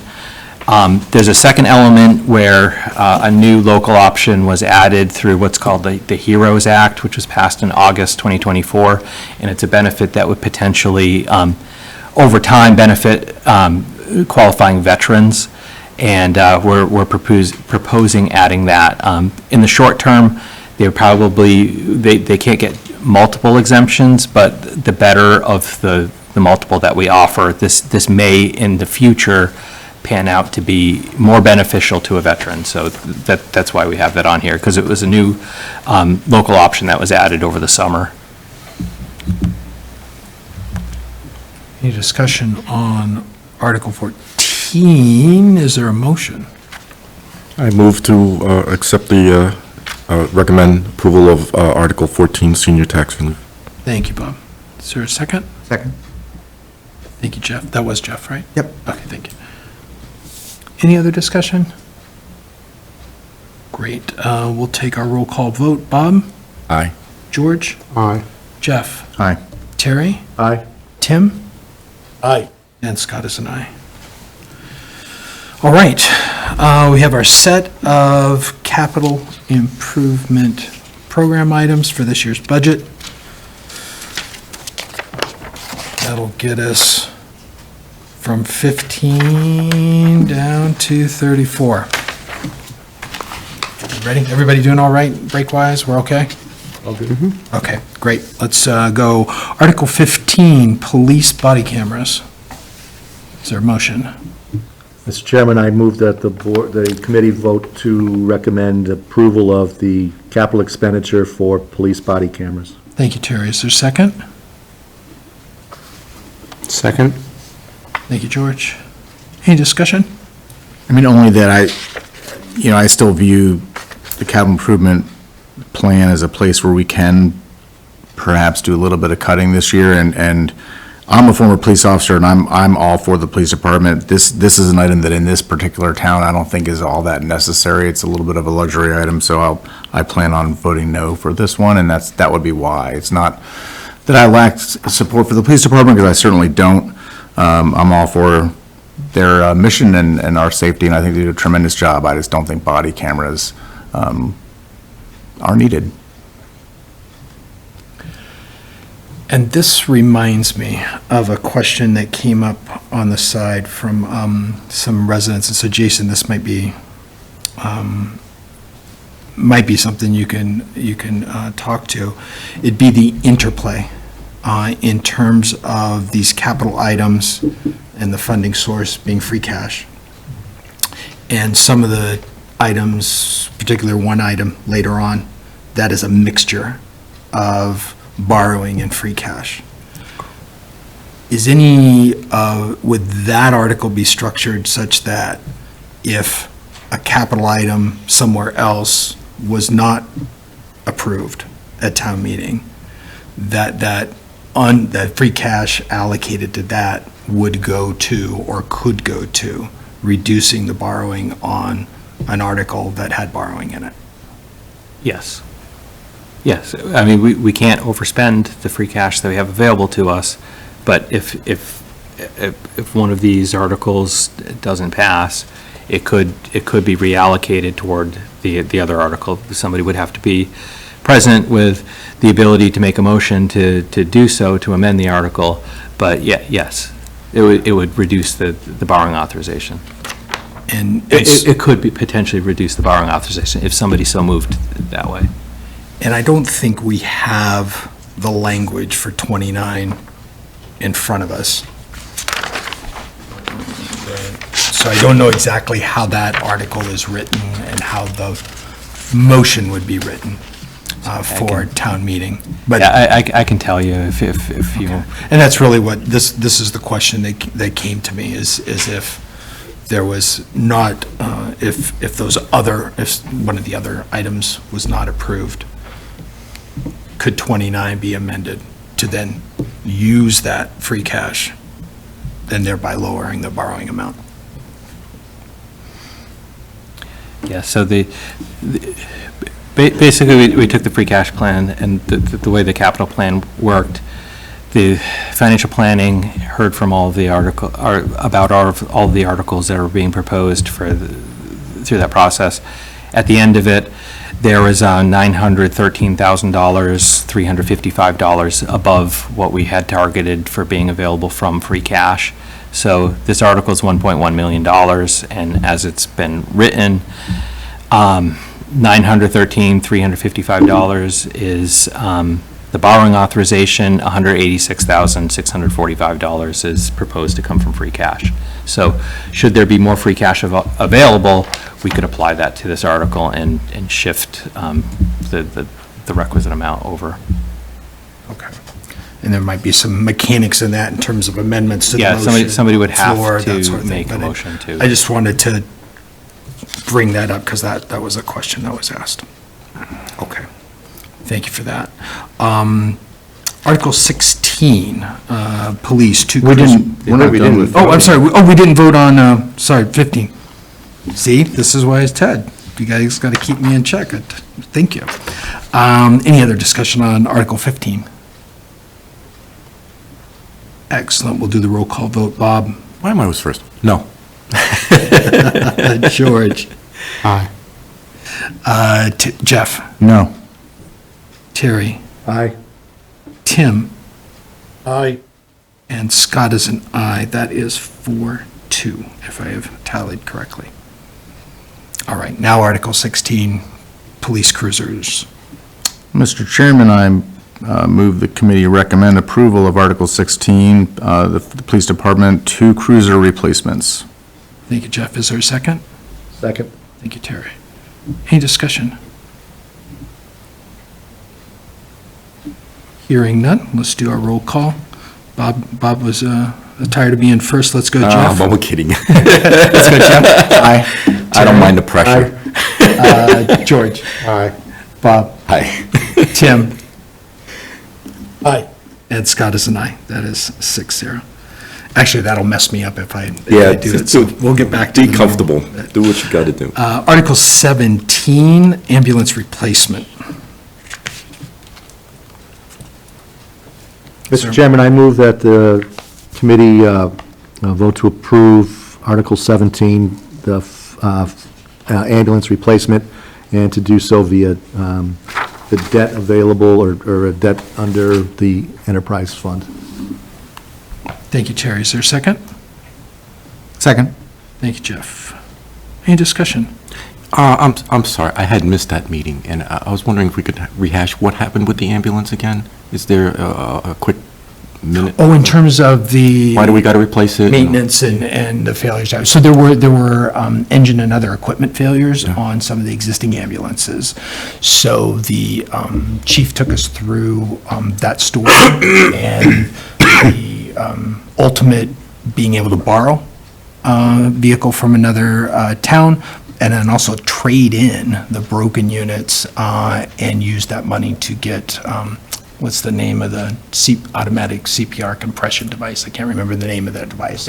So they were able to recoup value from the broken ambulances. Okay. Do a borrowing of equipment to get us through, and just took delivery on the new one that was ordered in 2022. That new ambulance just came in. Okay, So, all right, thank you. So the problem we're facing is the length of time that it takes to get some of this equipment. It could be approved and it could be years before, okay. after the order is placed, that we Wonderful. actually receive it. The fire department maintains 3 ambulances. They have 2 running at any given point, and they have a backup. They've had a series of equipment failures and so forth. So basically, this one here is probably not going to be seen for another 2 years after the approval of this. It's proposed as debt because the ambulances are paid for out of the ambulance revolving fund.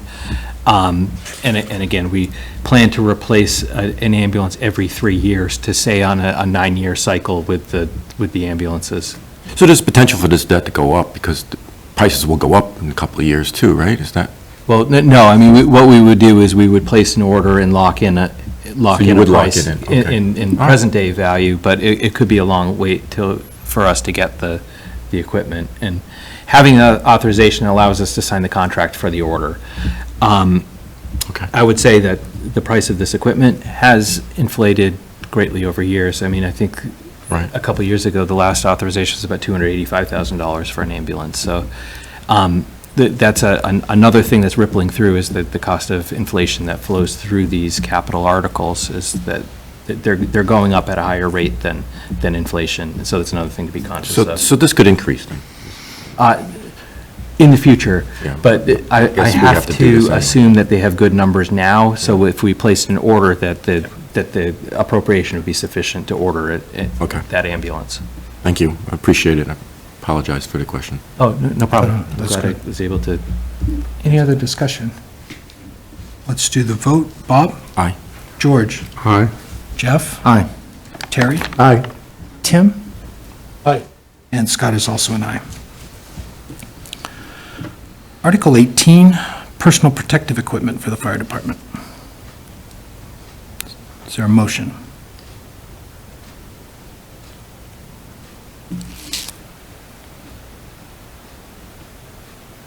For discussion purposes only, I move that the committee consider recommending Article 18, the fire department personal protective equipment.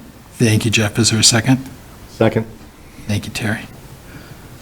Discussion. I mean, again, I admire our fire department very much. This is one the chief said himself that he could do without.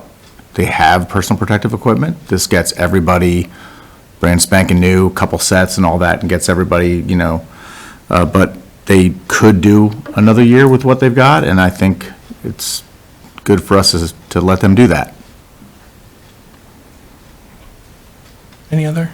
And I believe the With, Financial Planning Committee also voted Unanimously, unanimously no. not to approve this as well, so. So the, Could I just say, if this happened to go to town meeting, and again, if the recommendations are read that say unanimously, everybody recommends against it, and people say, oh, I still want to vote for it, if it sat here, there would be nothing forcing anybody from the fire department to order the equipment faster than they already intend to. It would just be money set aside in this article funded from free cash. So it could potentially have the effect of creating a fund outside of taxpayer funds that would provide for this equipment in the future. But again, that would be the outcome of, if people aren't in favor of this article, but people overwhelmingly were at town meeting, it might not be the worst thing in the world to have the money set aside for the future.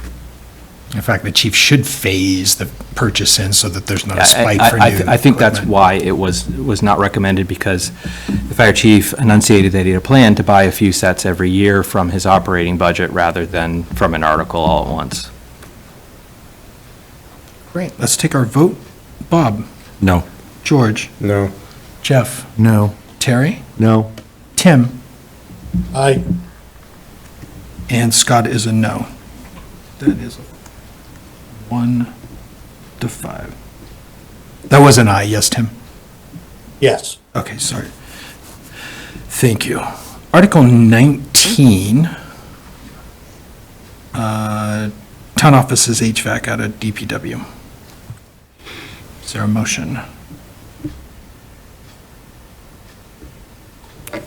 Mr. Chairman, I move that the committee recommend approval of Article 19, Town Offices HVAC System Updates. Thank you, Terry. Is there a second? Second. Thank you, Jeff. Any discussion? We can't let Jason melt. Why, he has been for the last 20 years. I mean, it's a little one more year. Can we just get him a fan? It is very hot in here, I don't know. Here tonight, yeah. Kind of, for our own, I think we're experiencing the results of this.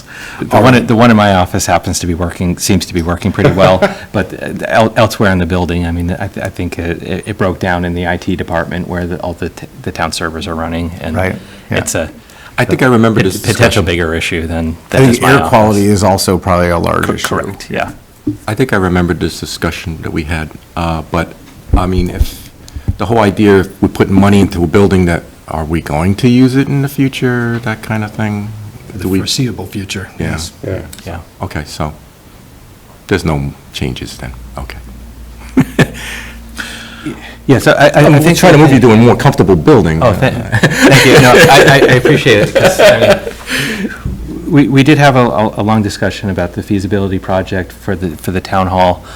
They designed a beautiful-looking building, but would that fit between the fire station, which was approved, and then in the capital plan for the Peasley Schools, the next big project that's upcoming? Would a town hall project that was to the scope of 50 million plus maybe another 10 million to renovate the old fire station into a community use building, that $60 million fitting within the next 10 years, it just did not appear realistic. So that was the outcome of, let's move forward with some of the repairs that were contemplated years ago to this building that we're currently in and have lived in for this period of time. All right, let's do a roll call vote. Bob? Aye. George? Aye. Jeff? Aye. Terry? Aye. Tim? No.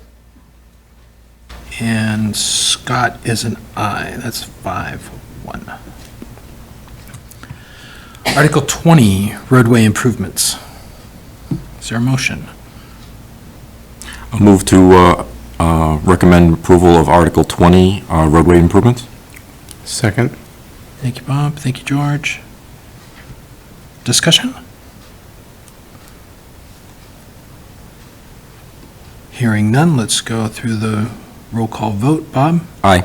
George? Aye. Jeff? Aye. Terry? Aye. Tim? Aye. And Scott is an aye.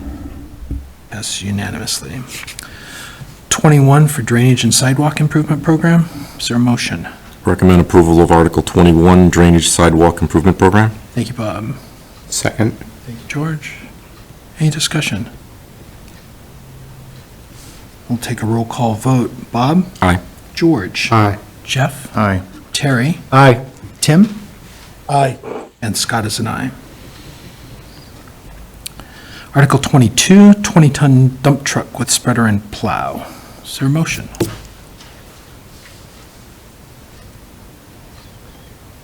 I move we approve the 20-ton dump truck with spreader and plow. Thank you, George. Second?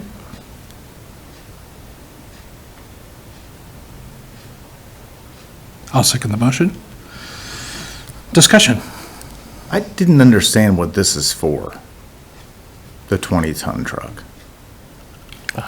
Seems like we contract out for about 90% of what happens in this town, so I don't know what, because this is a really big bill, so I didn't really understand what we're doing with this one. I don't have in front of me the. If no one remembers, it's okay. What was the recommendation of on these next three articles, what was the recommendation of the Financial Planning Committee on these next three? I don't have it in front of me. Yes, it was 4-2. 4-2 on the 20-ton? 4-2 on this. Yeah, it's to replace a dump truck. The biggest dump truck that they have is what that equipment is replacing. Yeah, and notes are that it's a 2005 model dump truck, and it's experienced significant structural deterioration kind of thing, including cross-member connection rot and front frame rail rot. So it's costly to maintain and unsafe to use. 20 years old, okay. Yeah. All right. Thank you, George, for having that. Thank you, George. Yeah, thanks. That's good. Any other discussion? We'll go for a vote. Bob? Aye. George? Aye. Jeff? Aye. Terry? Aye. Tim? Aye. And Scott is an aye. 23 is a 1-ton pickup truck with a plow. Is there a motion? I move we recommend the 1-ton pickup and truck with plow. Thank you, George. Is there a second? Second. Thank you, Terry. Any discussion? This was one where the Finance Committee was split 3-3.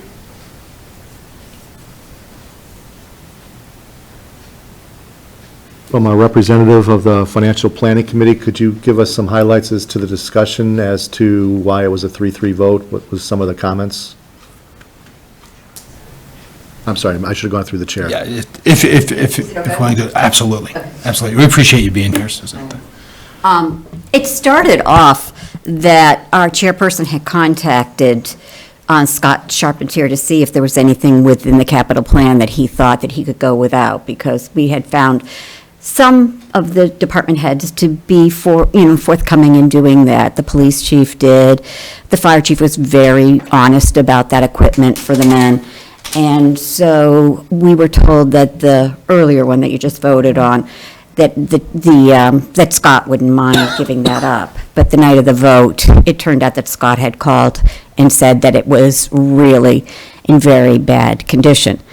The one that we're talking about right now, we're split because it's just a truck for the second in command for the highway department guy to drive. And so if you were gonna give or take something from some department, that would have been it. Okay. Yeah, to Thank you. to add on to that, I know I was kind of the conduit of communicating to Scott through that, at that meeting. And we were reading the article's description, and it's talking about it being a safety issue to continue using it. And what he had been asked was, if there was one of these vehicles he could live without, it would have been that one.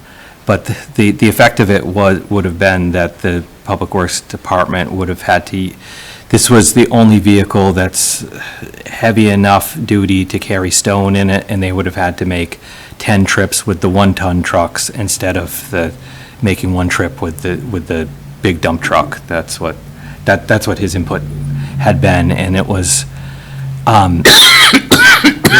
describing some of the condition of the truck. If they continue to I think they were proposing they weren't going to continue using it, but they could live without having it in the short term as a result of just using smaller trucks, a lot more smaller trucks.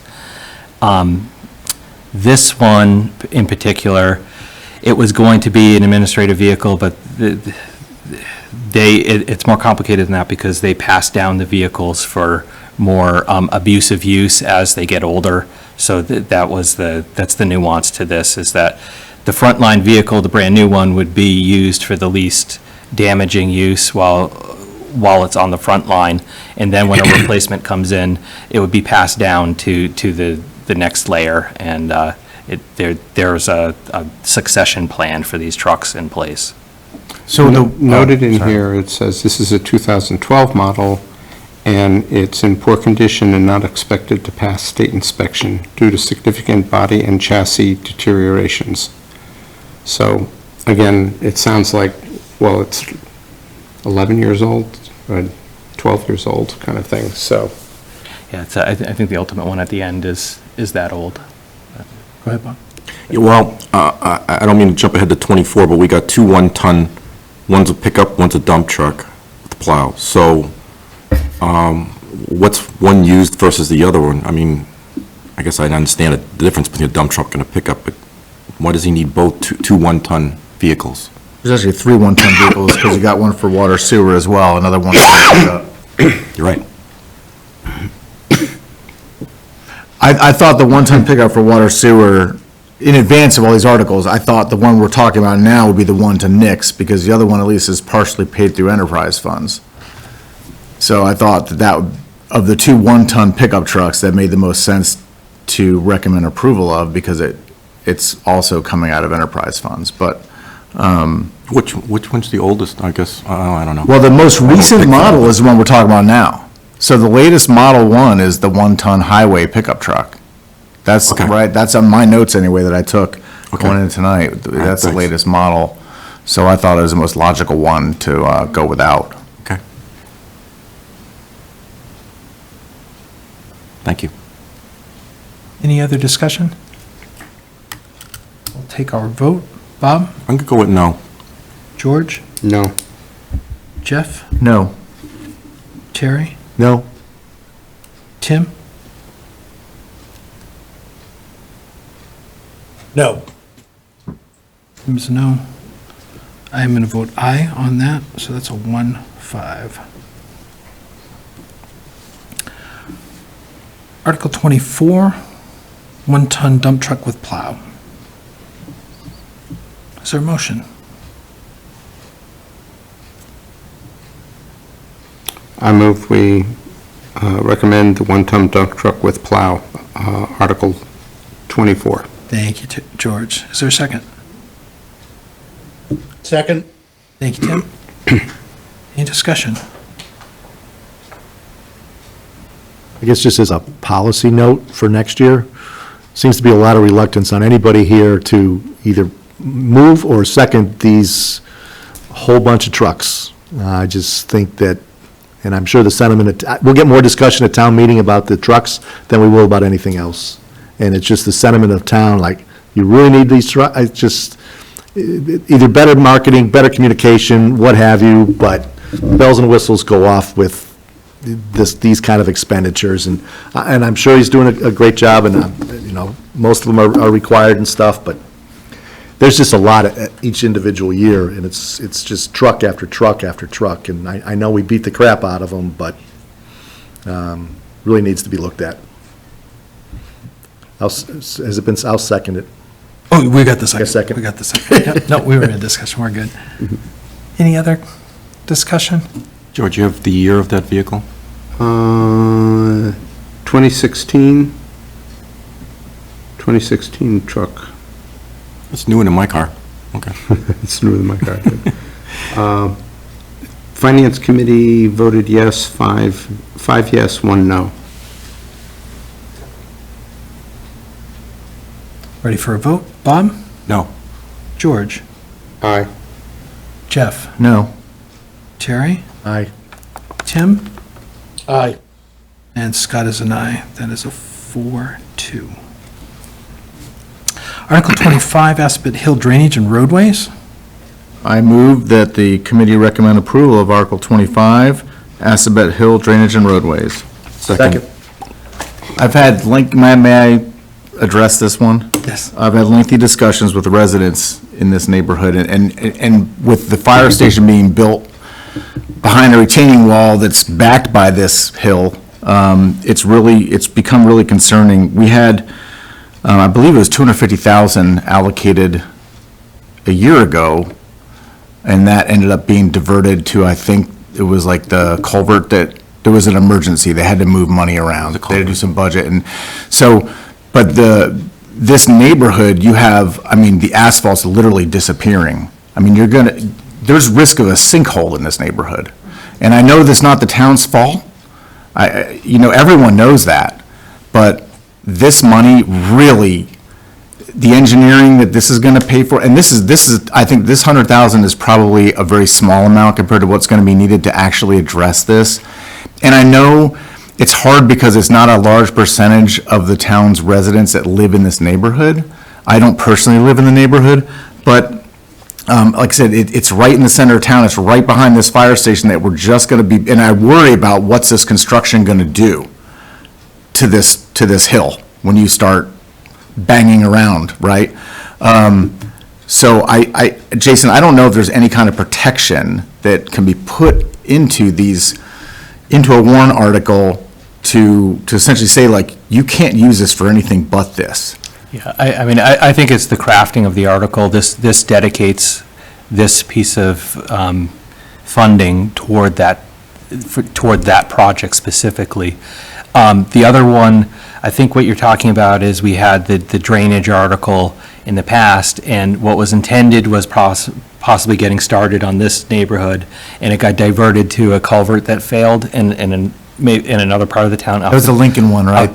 Lincoln Street. Yeah. Lincoln Street was one that comes to mind. I off the top of my head, I'm blanking on the specifics around that. But when money's put aside for a roadway management plan or paving, it doesn't say exactly where it's going to be and can be used for an overall plan. Whereas I think the decision got made when we were working on the capital plan that, okay, well, to prevent anything from being used towards someplace else, let's get started on this project that has been discussed for a lot, and we can move forward with it, and it's dedicated to this neighborhood too. So as the warrant article is written, Yeah. this will be protected money for this. For that this neighborhood, correct. use. Oh, that's Yes. wonderful, okay, Yeah. thank you. That's all I have. That's good. And to the point that the multi-year aspect of it, let's see, I'm looking for because we do it's 6 by charter, but we did do a 10-year capital plan, and the $100,000 is, in total, it's about 4.2 million over 10 years. Yeah. But it could be a tragedy over there. Yeah. If it's not addressed. Yeah, so the engineering work absolutely needs It to get has to done. get done, yeah. All right, let's take a vote. Bob? Aye. George? Aye. Jeff? Aye. Terry? Aye. Tim? Aye. And Scott is an aye. Out of the water and sewer, 1-ton pickup truck with plow, Article 26 is our motion. Mr. Chairman, I move that the committee vote to approve Article 26, a 1-ton pickup truck with plow for the water sewer, using the Water Sewer Enterprise Fund. Thank you, Terry. Is there a second? Second. Thank you, George. Any discussion? We'll take our vote. Bob? Aye. George? Aye. Jeff? Aye. Terry? Aye. Tim? Aye. And Scott. Scott is an aye on that. Passes 6 unanimously. Article 27, water main bridge supports. Is there a motion? Move to recommend approval of Article 27, water main bridge supports, Thank you, Bob. the debt. Second? Second. Thank you, Terry. Discussion on this one.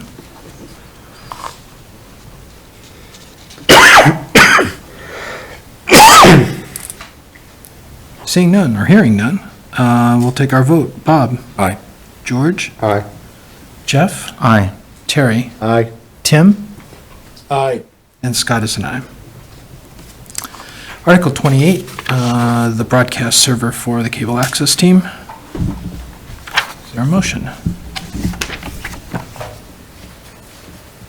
Mr. Chairman, I move the committee vote to recommend approval of Article 28, a Telview broadcast server for the cable group. Thank you, Terry. Second. Second. Thank you, George. Any discussion? Does anybody watch, should we just let this roll till it dies and send everyone a Zoom link? I mean, does anybody watch this stuff? My wife does. Really? Yeah. She gets upset when we do these meetings and we're not on Channel 30. Ugh. I watch them. Because I told her, to make sure you text me if I say something. No one in town meetings seems to be prepared when they show up. So, I don't know. I just think it's a waste of money. I would let it die with the dinosaurs. But to that point, Jeff, we do have a franchise agreement with the two cable providers that requires that we do the PEG access programming. So we are required to provide the service. So the current server is at the end of its useful life. So this is the replacement to get us through to the end of, probably to the end of cable contracts at the end of the 10 years at the lifespan. When's that gonna be? I can't predict, Okay. but that would be up to cable customers in town choosing to no longer pay for cable. Terry says we're still a customer in town. Yep. We do. Okay. Yeah, we do have some folks that watch. It's on in my house, too. And to be clear, this is coming from the PEG access fund, like the purchase would be funded through that. Yeah, it's not free cash, it's not, No, it's from the cable receipts reserved fund. Ah, okay. That makes it more palatable. Go ahead, sister. Yeah.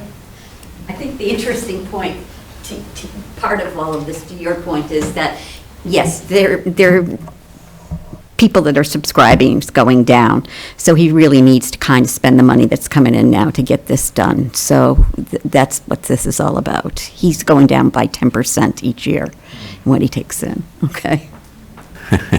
Thanks, Susan. All right, any additional discussion? We'll do our vote. Bob? Aye. George? Aye. Jeff? Aye. Terry? aye. Tim? Aye. And Scott is an aye. Article 29, Downtown Streetscape Project. Is there a motion?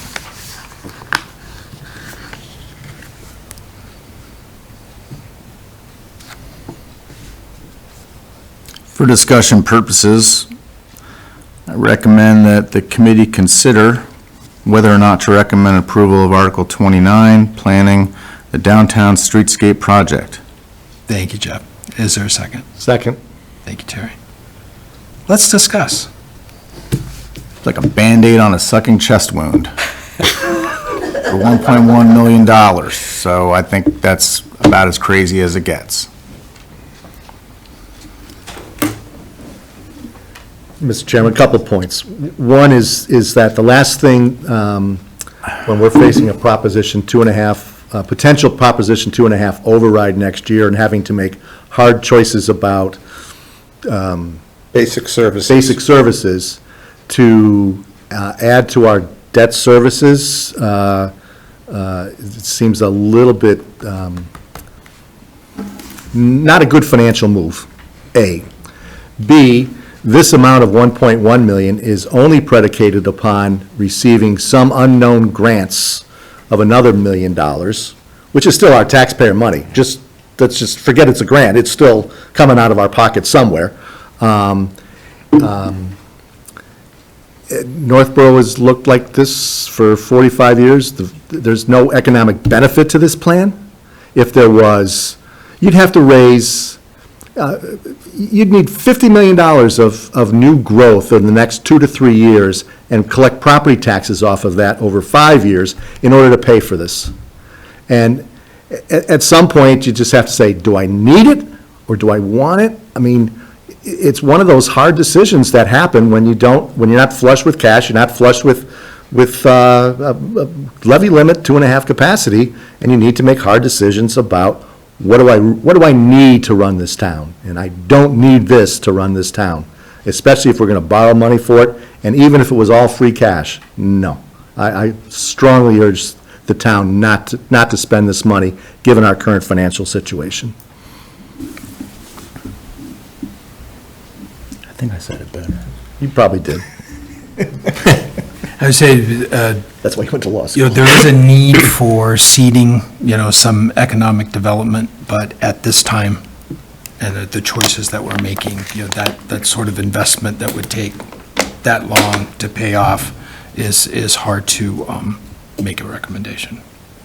Any other comments before a vote? Bob? No. George? No. Jeff? No. Terry? No. Tim? No. And I am a no.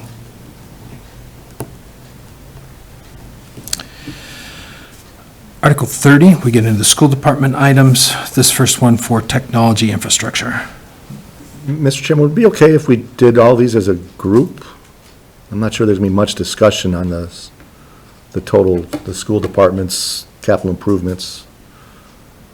Yep. So if there's a motion for recommending approval of Articles 30 for 34. technology, infrastructure through 34, which is the replacement design.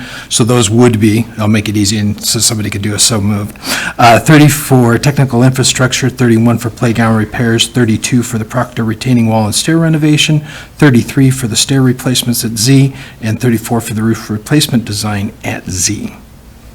So moved. Second. Okay. Thank you, Terry. Thank you, Jeff. Any discussion? Hearing none. Let's take our vote. Bob? Aye. George? Aye. Jeff? Aye. Terry? Aye. Tim? Aye. And Scott's and I. Thank you, Terry, for the consent agenda type combination there. Next set, we have community preservation funds that goes from 35 to 40. The first one of those is the affordable housing project. Is there a motion?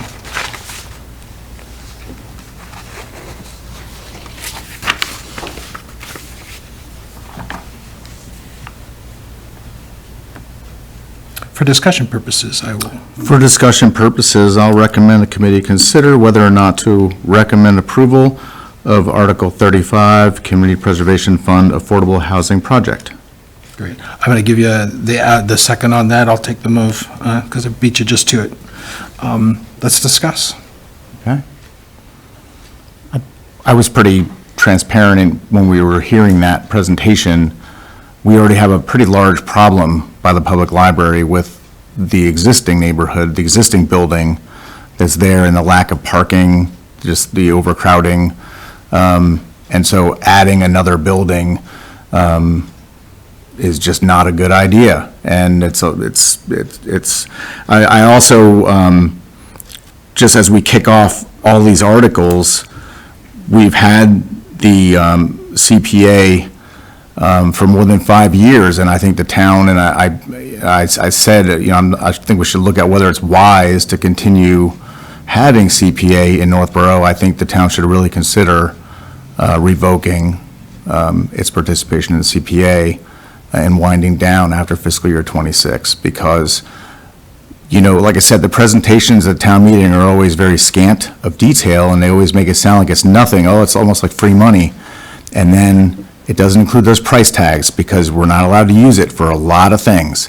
And that comes out of other sources, which end up hitting us. And the best example of that is that dog park, which now is going to cost us money every year. And if you look at it, because it's been nothing but trouble since they've been trying to build it, it's still not done. And if you look at it now, it just looks like, I don't even know what it looks like. But it's going to keep costing us money now. Right now, I think 50 grand, and it's going to keep going up and up. So it's, anyway, I think we should consider the wisdom of even having CPA in Northborough. I think we should consider revoking it. It just has to be done in the same manner it was enacted and all that. And I think the town council can certainly look at doing that. As far as this specific one, though, it's just, affordable housing is a great thing, but we're not under our 10%. We're okay right now. And if we're going to do it, I don't think it's wise to put all your affordable housing in one spot. I've never thought that. As a police officer in a town similar size to ours, I thought it was always better when affordable housing units were spread out and intermixed in the community. Dumping them all in one spot, especially right next to the public library, is just poor planning. And this is not, it's just not a sensible article. I'm going to speak, and I have the exact opposite view. Okay. The Community Preservation Fund has been given us the ability to do a lot of great things in town and continue to do that. And then specifically, we're not okay when it comes to our 10% on affordable housing. So we are at risk right now. Every new residential is things like 5 lots off of a common driveway. So we very quickly will lose our 10% if we don't build some affordable housing. So it's critical for the town right now. It's critical in the state in terms of the need for affordable housing. And I'll just leave it at that. So I come at it from that perspective. Any other comments? Do we know where are we over, 10%, or would we know that number right now? 10.4, something like that. And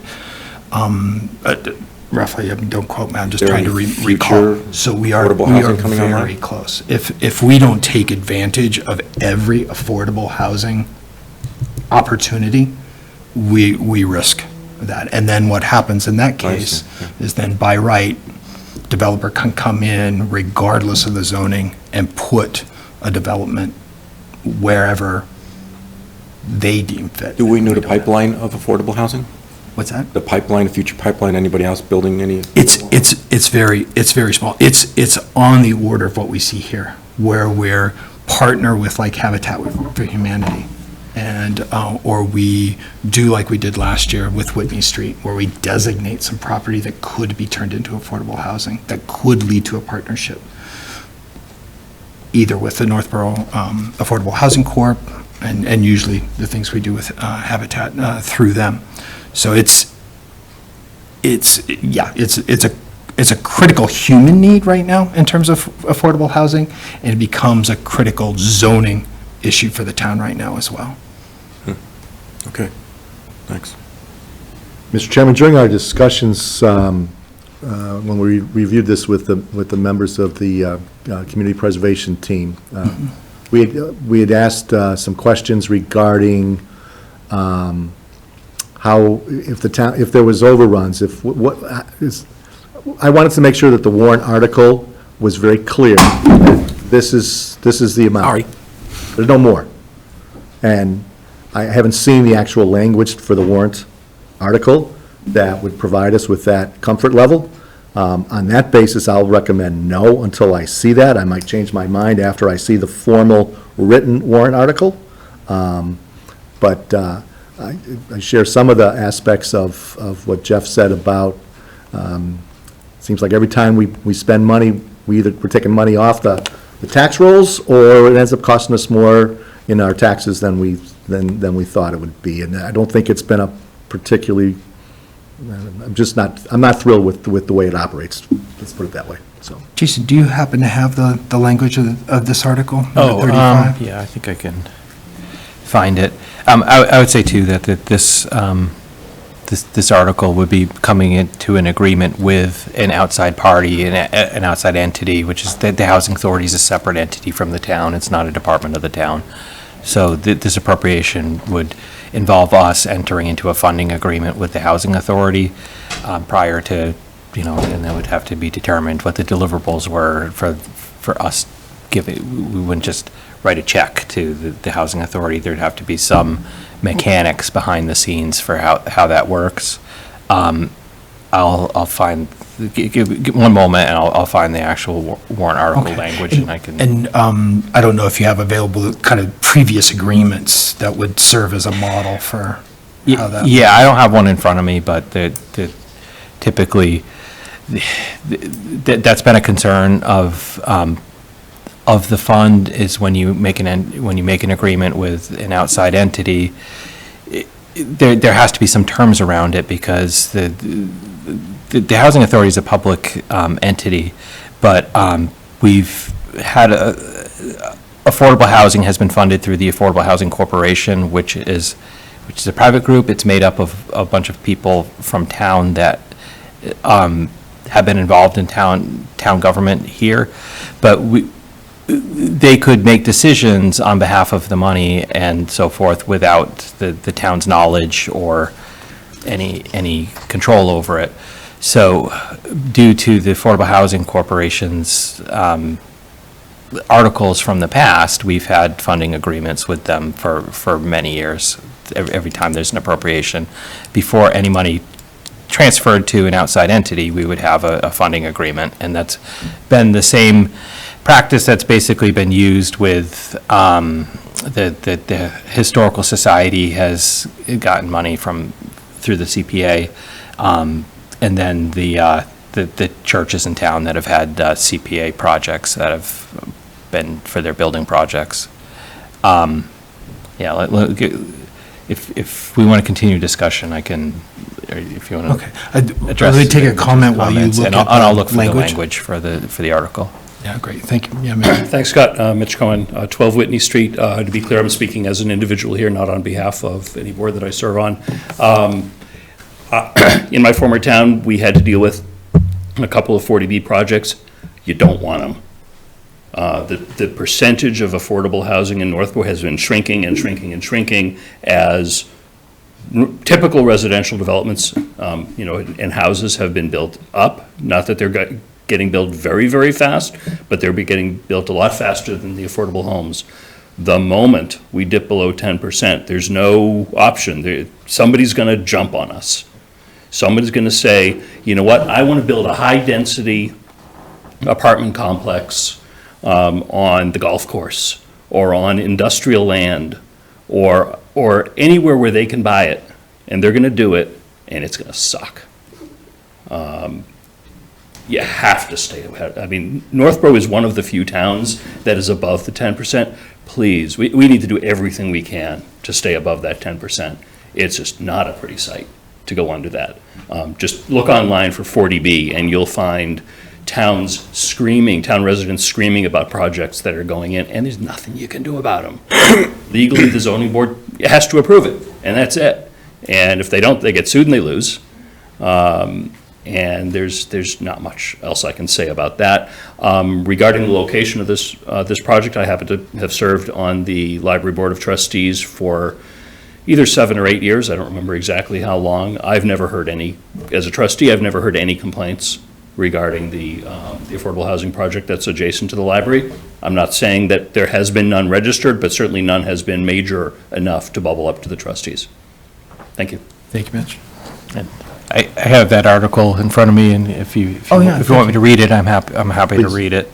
Article 35, to see if the town will vote to appropriate the sum of $326,727 or any other sum from the Community Preservation Unreserved Fund, the sum of and I'm sorry, I'm reading the whole thing. That's okay. $279,863 or any other sum from the Community Preservation Affordable Housing Reserve Fund, and $273,410 or any other sum from the Community Preservation Fund revenues, for a total of $880,000 to the Northborough Affordable Housing Authority for the purpose of constructing 8 affordable low-income one-bedroom rental units for veterans, of which 4 will be first-floor handicapped accessible units at 26 Village Drive, with the disbursement and expenditure of said funds to be subject to a Community Preservation Act funding agreement between the town and the Northborough Housing Authority,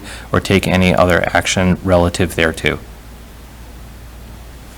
And so I would just make the commentary that the language with the funding agreement between the town and the Housing Authority is basically what the town has had control over, the agreements with the outside entities. Okay. Thank you. Any other discussion? Let's go for a vote. Bob? Aye. George?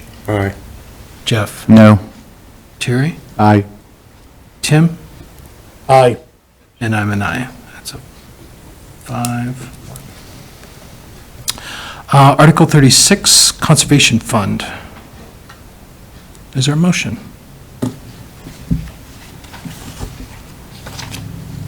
A motion to recommend approval of Article 36 Conservation Fund? Thank you, Bob. Is there a second? Second? Thank you, George. Any discussion? I'm sorry, refresh my memory on this? Yeah, so this is an allocation of that Community Preservation Act funding that goes into the Conservation Commission's fund that helps them acquire, or otherwise, lock in open space for conservation purposes. Oh, okay. So it builds up their reserve. The purchase of 432 Whitney, used up those reserves. So this moves money into that conservation fund for future purposes. And it meets our requirements to spend that much money on conservation, right? By moving into this fund? Yeah, yes. Yeah. Because the act requires that. We have to spend so for much open on space, conservation, yeah, yeah. 10 space. Yeah, so this 10 satisfies that by putting it in that fund. Okay. Could you just, is it an annual requirement? There's an annual requirement within the CPA to spend 10% for each one, spend or reserve 10% for each one of the core purposes: community housing, which is affordable housing, open space, and what's the other one? Historic resources. So So so the 10% of the total? 10% of the annually budgeted revenues. So for FY '26, that's 10% is $84,000. So to meet the requirement, $84,000 has to be spent or reserved on those three purposes. So So if the article was 84,000, I would approve it. But at 200,000, I won't. Well, if you don't use the total amount, doesn't it just go back into their fund? In this case, the money would be transferred into the conservation fund. It's Yeah. a separate fund overseen by the Conservation But if Commission. they don't use it all, doesn't it go back, or doesn't? No, it can't be used for any other purpose. Oh, it can't. Only be used for Conservation Commission's purposes for open space. I get you in just a second. I just want to make sure Bob was all set with his. Thank you, yes, you answered my question. Yeah, go ahead, Fran. I'm just reading the actual article, and it says that, that the $200,000 is to replenish the reserves that was significantly drawn down by the purchase of 432 Whitney Street. So that's why it's going into the account, as opposed to just the 10% that's required. Thank you, Fran. Thank you.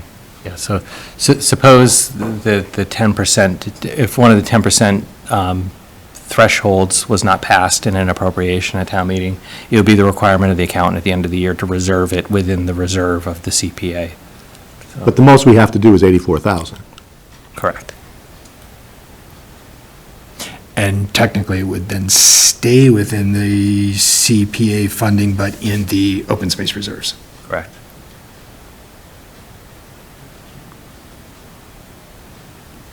Do we amend the article to 84,000? Do we?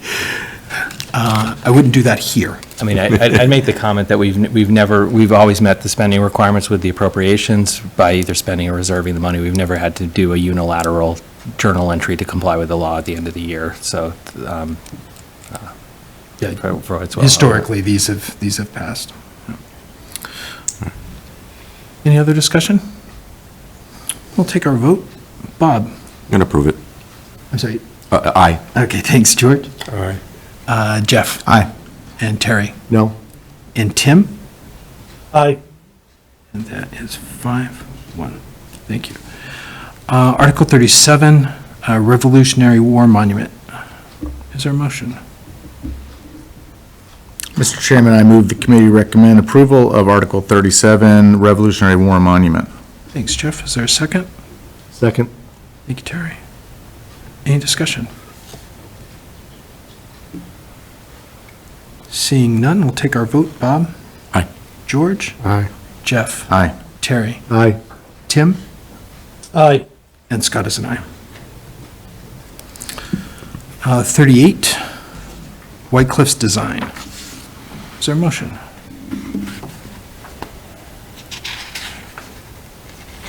I have a quick question before the motion. It's just, this is what Stephanie was saying, that in order for us to be able to be in a position to sell it, this is the part to study removing that one piece that's making it almost impossible to sell, the 1960s edition, right? That's what this is for? Correct. It's to position the building to be in a better place to transfer or continue using, whatever that effect would be. It's not the non-historic portion of the building. Got it. Okay, then I'll go ahead, Mr. Chairman, and move that the committee recommend approval of Article 38, White Cliffs design. Thank you, Jeff. Is there a second? Second. Thank you, George. Any discussion? So if there's a buyer that's going to purchase this, why can't we knock that off the price? Well, in theory, if the designs had been done to do this work, it would increase the value of the property. By a lot more than, I wouldn't say, I'm not an appraiser, I don't know. yeah, but is this a in one-for-one good thing to do, or?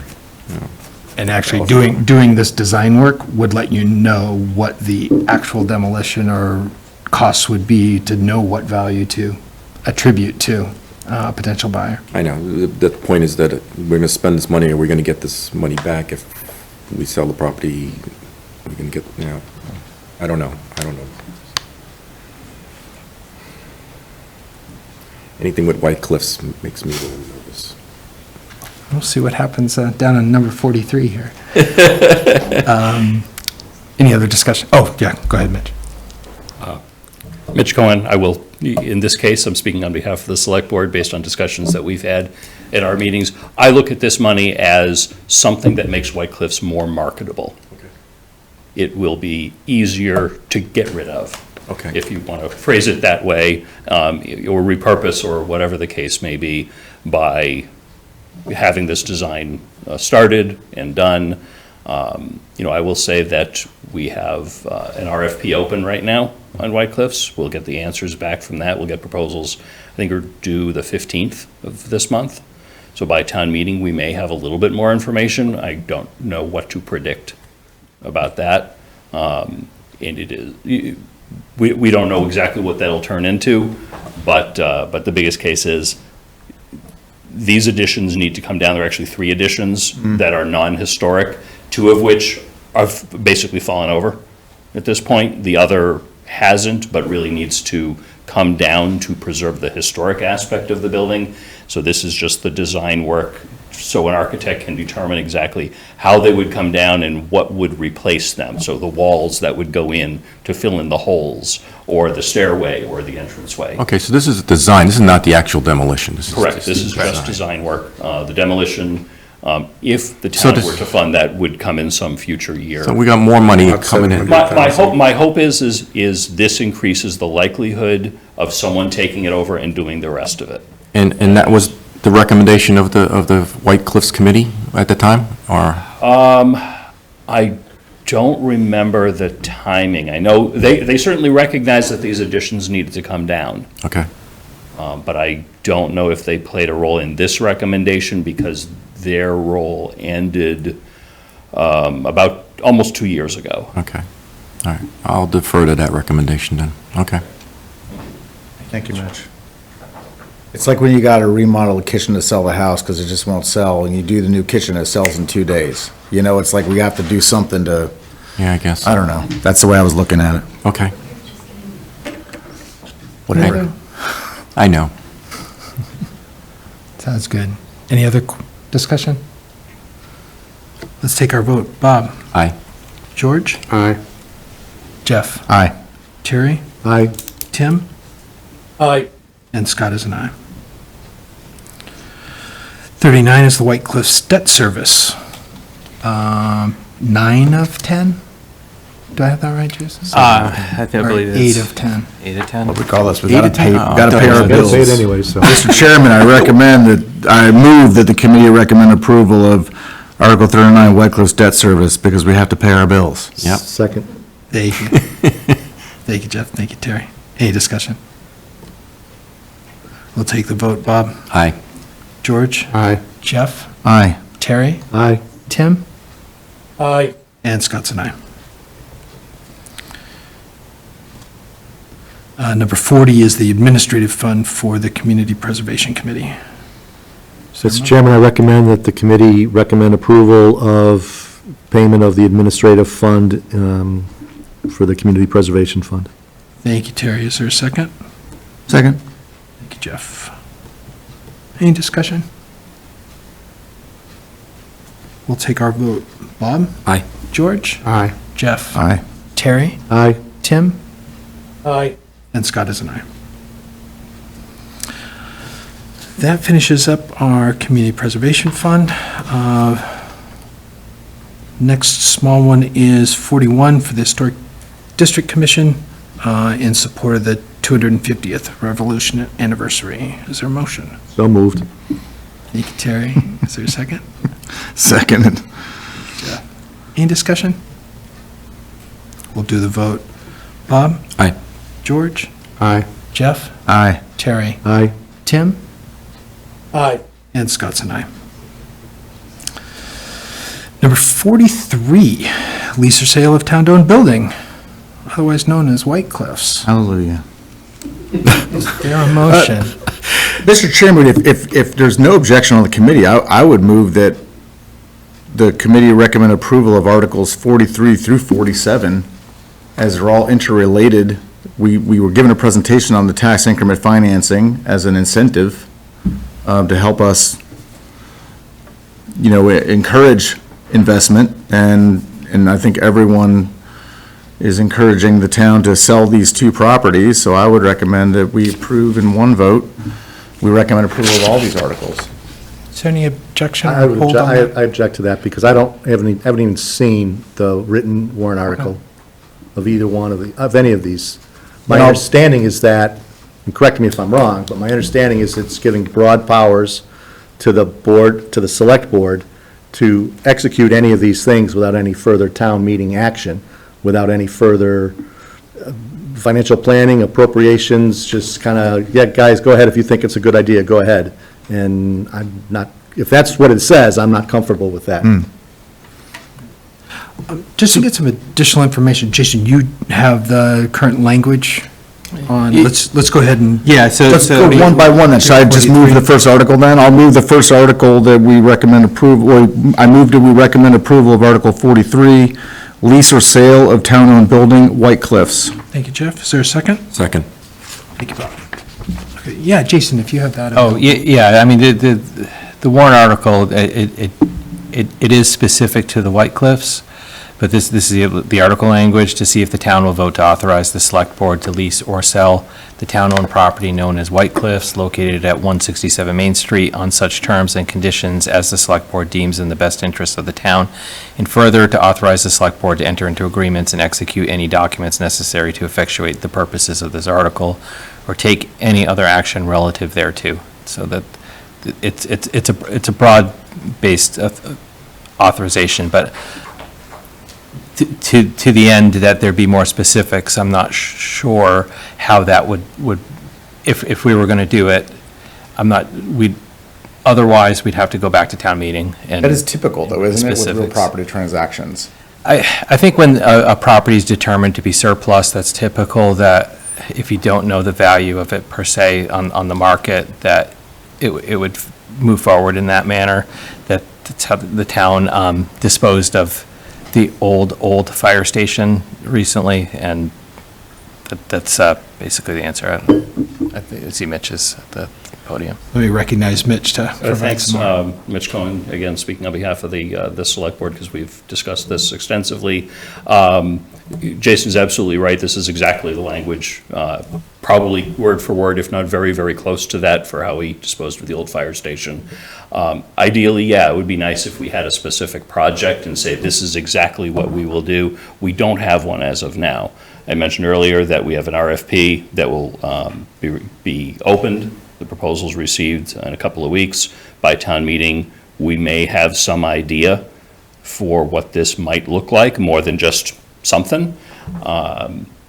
The town administrator's recommendation was, let's put this on the warrant now, because our next town meeting that we know about is a year. And if we get an RFP we get a proposal in that looks really good, it's probably gonna take a couple months to negotiate it and everything else anyway. They may not want to stick around another year, and it may not be worth the cost to us to schedule a special town meeting just for this. I appreciate the concern about an open-ended proposal. Ideally, I would not want to do that, but this is where we are in the schedule, this is the timeline. So this is our opportunity to at least potentially get it off the town's books and find a user of White Cliffs, whether that be sale or lease, or some combination of the two. And the same comments apply to 4 West Main. We haven't, as far as I know, we haven't issued the RFP yet. I know it's being worked on. So that's probably, it might be a month or two behind in schedule, but I anticipate that'll go through the same process. And then a question, if, looks like bids are due the 15th or Correct. so. Yeah. Do you think it's realistic that there would be any significant information between then and town meeting that it would make sense for us even to defer, like these next two articles? Defer our vote, and we could do our votes based on new information just before town meeting? From a formal sense, I'm going to say the answer is probably no. Let's say the proposals come in on the 15th, they get opened by the town administrator on the 15th or 16th. There is no select board meeting until, an hour before town meeting. Yeah. It's going to take a little bit of time to review them and sort of formally award and enter into negotiations to do that. It might become kind of obvious if a proposal comes in, and I'm keeping my fingers crossed based on, some may remember that there was a lot of press coverage about White Cliffs and the town's ownership of White Cliffs. It went as far as, I think, the Daily Mail in the UK. Some of that was intentional, the Daily Mail was not, but whatever, a lot of that press coverage generated interest. I have reason to believe there will be at least one pretty interesting proposal coming in. I hope the one I'm thinking about comes in, and maybe there are competing proposals that are also really interesting. So I have a greater sense of optimism than I do about White Cliffs than I have in the last few years. We have to sort of see how it all shakes out. And I know that's really generic and non-committal. That's just where it is. But to get back to your question, I don't think there's going to be anything that we can do to say this definitively is the proposal and all of the financial arrangements of that proposal. That's fair. It's hopefully going to be closer than we are now. Again, cross all your fingers and toes and everything else. Thank you. Sure. What is roughly the cost of a special town meeting? Boy, I don't recall. I know it's been kind of 14,000? estimated at somewhere around $10,000 is what $10,000. was the, at one What's the time. potential size of the White Cliffs deal? Yeah, I mean, We spent it could be zero. millions to buy it. Yes. Yeah. Yeah, just so it's. Yeah, it's like- I will cautiously try to set expectations. If anyone thinks we will both preserve White Cliffs and get all of our money back, we won't. I'm not yeah. saying that, but Yeah. I'm saying, I'm ballparking it, and Yeah. $10,000 does not sound like a prohibitive expense for something that's on the order of $2 million. So it may be worth Yeah. having a special town meeting for that. Yeah. It may increase our bargaining position to have this done. That's one benefit of doing this at this time. It's about 10 grand. It certainly is a small amount relative to the amount of money we have already invested in White Cliffs. Yes. I wouldn't think about it in comparison to anything we might receive. As a comparison, the only proposal we got last time involved us paying the taker of the property $800,000. We rejected that proposal for a variety of reasons, but that, don't set expectations the town's going to get wealthy selling White Cliffs. I'm not doing that. I'm Okay, just I saying. appreciate that. if The question is sort of blanket to the select board, whatever kind of thing, versus doing this more transparently, maybe it's worth the expense to Well, I do guess it the more fair point there is like, the one thing I would be afraid of is a lease. I'm afraid of continuing to own it. Any of these things. I think the town should not be a landlord, period. The town should not be a landlord. So the words "or lease" in the warrant article concerned me a little bit. I was looking to see if we could strike those words and. I will say that in reviewing conceptually similar projects that have gone forward, a lot of them are long-term leases, like 99-year leases or 75-year leases. I think if you're talking a 3-year lease, yeah, that's a different story. Yeah, but I practice a lot of bankruptcy. I mean, it's, we're still stuck, right? Like, it just would be really good to just have it off the Get rid books, of the break the stuff. ties, get it out, And I will say that the RFP does include lease or purchase. So we may get leasing proposals, and personally, I would hate to turn them down if it's a lease option from, say, an established firm that has done these before and has a history, and probably for tax benefits, are looking for a long-term lease versus a purchase. The devil would be in the details of that lease, of course. I would expect, again, not having discussed this with the board yet and not having reviewed any proposals yet, I would expect that if there was a long-term lease, that would, I forget the triple something or another, where they are responsible for the whole darn thing. Right. And they're not going to be coming to us and say, hey, the HVAC system isn't working, fix it. No, it's going to be on whoever's taken use of that building. Mr. Chairman, from a procedural perspective, we're supposed to give our recommendation to town meeting about financial articles. There's no dollar amount here. Well, this article would have a financial impact. I mean, there's potentially, it's a town-owned asset, and the town would be either disposing of it or entering into a line. So there's the ability to. Trying to get out of it, Jason. What's that? You're trying to get out of it, in opinion. Oh.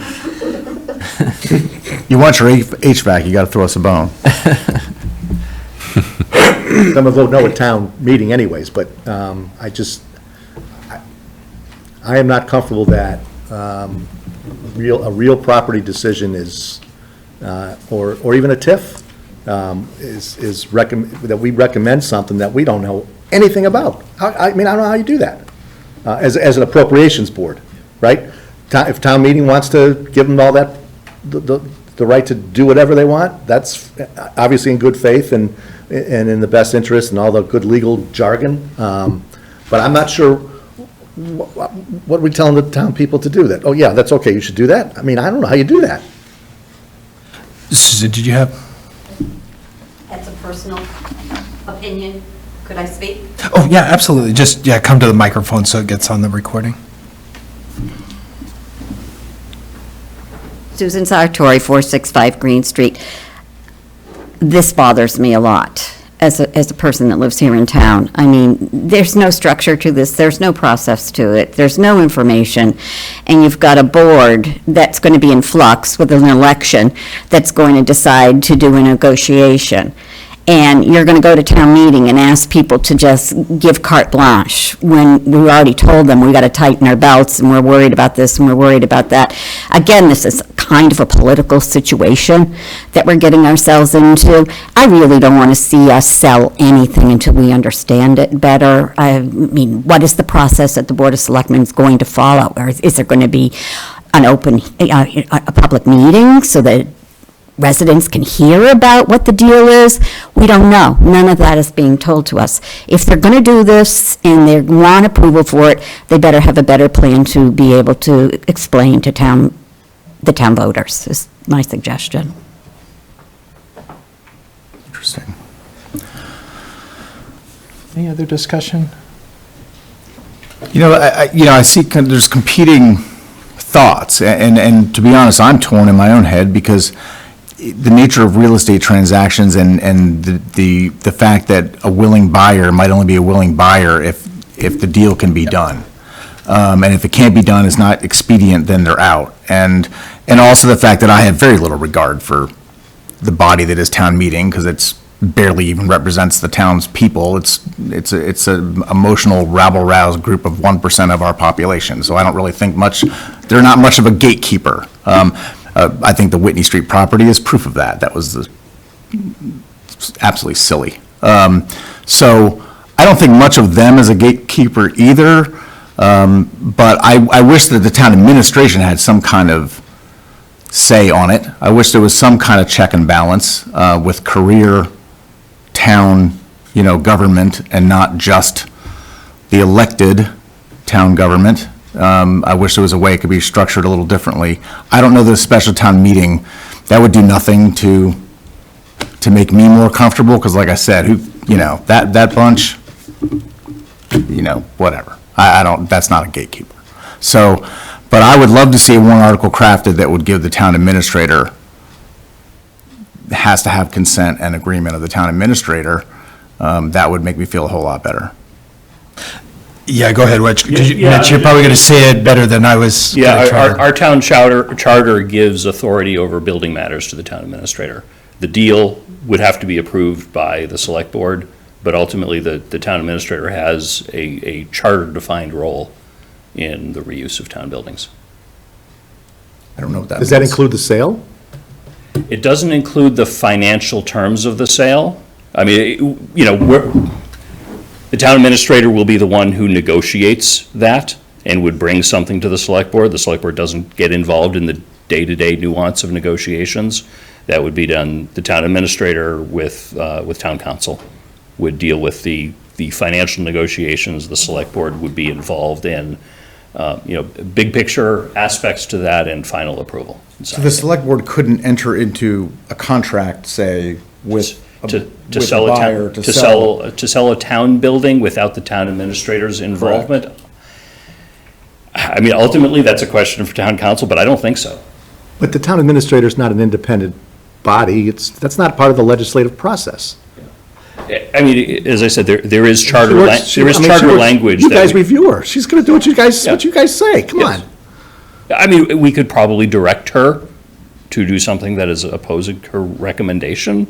I see that as a real edge case, unlikely situation. I will. See, this is why I'm not sure this is not a financial decision.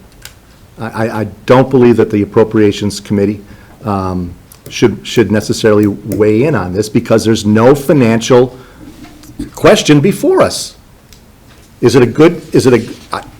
Look, White Cliffs was a disaster from the get-go. Why we approved it, I have no idea. I was at one of those 1% at the town meeting, and I go most of the time too, so, and I voted no for that. And having 4 West Main, that was a smart thing, because it was only $10,000. You just don't turn that away. But to say that we're going to take real property and a 3-2 vote on the Board of Selectmen could get a transaction done of some size, just doesn't, there's a reason we have a House and a Senate in most legislatures, to have just one body for a decision like this, when our legislative body is the town meeting, it doesn't sit well with me. If we are going to have to record a vote, I'll be voting no on all of this, because there's no financial numbers. And that's not to say I don't want to sell White Cliffs. I do. But I don't like the way it's structured. And I'll just say on that, thank you, Mitch, our mechanism for disposition of town properties is this process. So I'm not as concerned about the process of the select board with town staff and council and all that doing those transactions. I feel a little differently on the TIFs, but in terms of this article, I'm prepared to, have a vote this evening, and then in our narrative, talk about our discussion on this. Unless we want to retract the motion. I'm not going to retract the motion. All right. I think we can vote on it. Let's do our vote on this. Bob? No. George? No. Jeff? Aye. Terry? No. Tim? No.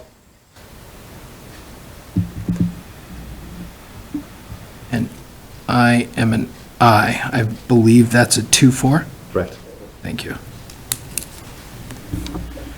Article 44, tax increment financing for White Cliffs. Is there a motion?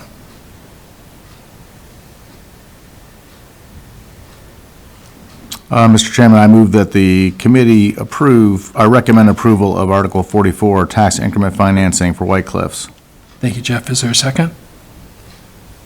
Second. Thank you, George. And Yeah, go ahead, Terry. what is the? I'd like to hear it too, yeah. What's the package? The language. Okay, so, Read that. again, it's fairly broad, but it says, to see if the town will vote to authorize the select board to enter into a tax increment financing TIF agreement pursuant to MGL Chapter 40, Section 59, and the regulations of the Massachusetts Economic Assistance Coordinating Council for the property known as White Cliffs located at 167 Main Street, and to approve the submission of a TIF plan and agreement to the Massachusetts Economic Assistance Coordinating Council for approval, and further, to authorize the select board to negotiate and execute any agreements and documents necessary to implement said TIF agreement or take any other action relative thereto. So, it's a, Unlike the sale of town properties, we haven't done this before. We don't know what the process is, and we don't have history. So that's where I'd feel a little better if there was a mechanism for our committee to participate in the formulation of a tax incentive. If I understood, I forget her name from Marlboro, Meredith. Meredith. If I understood her apologize for not remembering correctly, her last name. the amount of additional tax that's deferred is on the additional value that they add when they build whatever it is they're going to build on the property they're buying. They're still paying whatever the nominal tax rate is for the property they bought, like anyone would, but we're giving them essentially really more of an assessment break for a number of years on the value that they add, and then that gets phased out over Correct. time. Is that correct? correct, yeah. Because when she was presenting it, I was struggling to see a downside, the way the state has it regulated.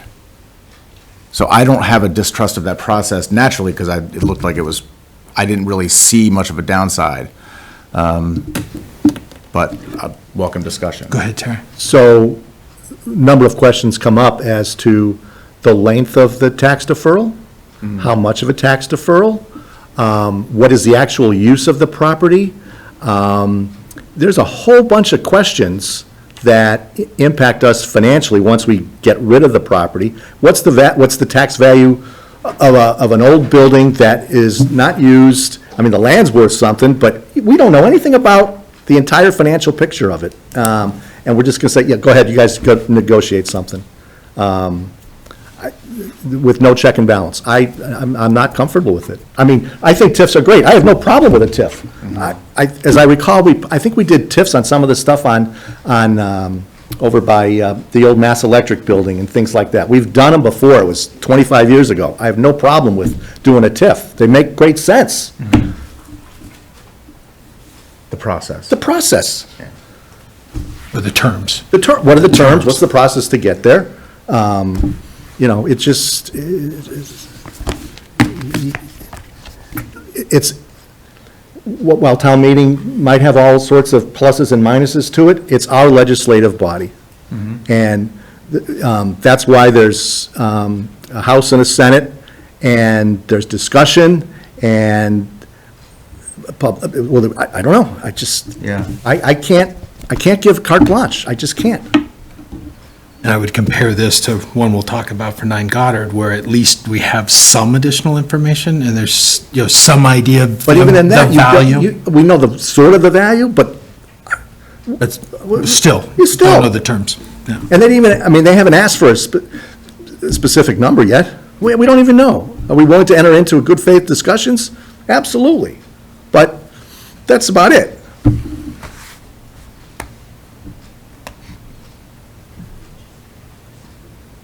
Any other discussion?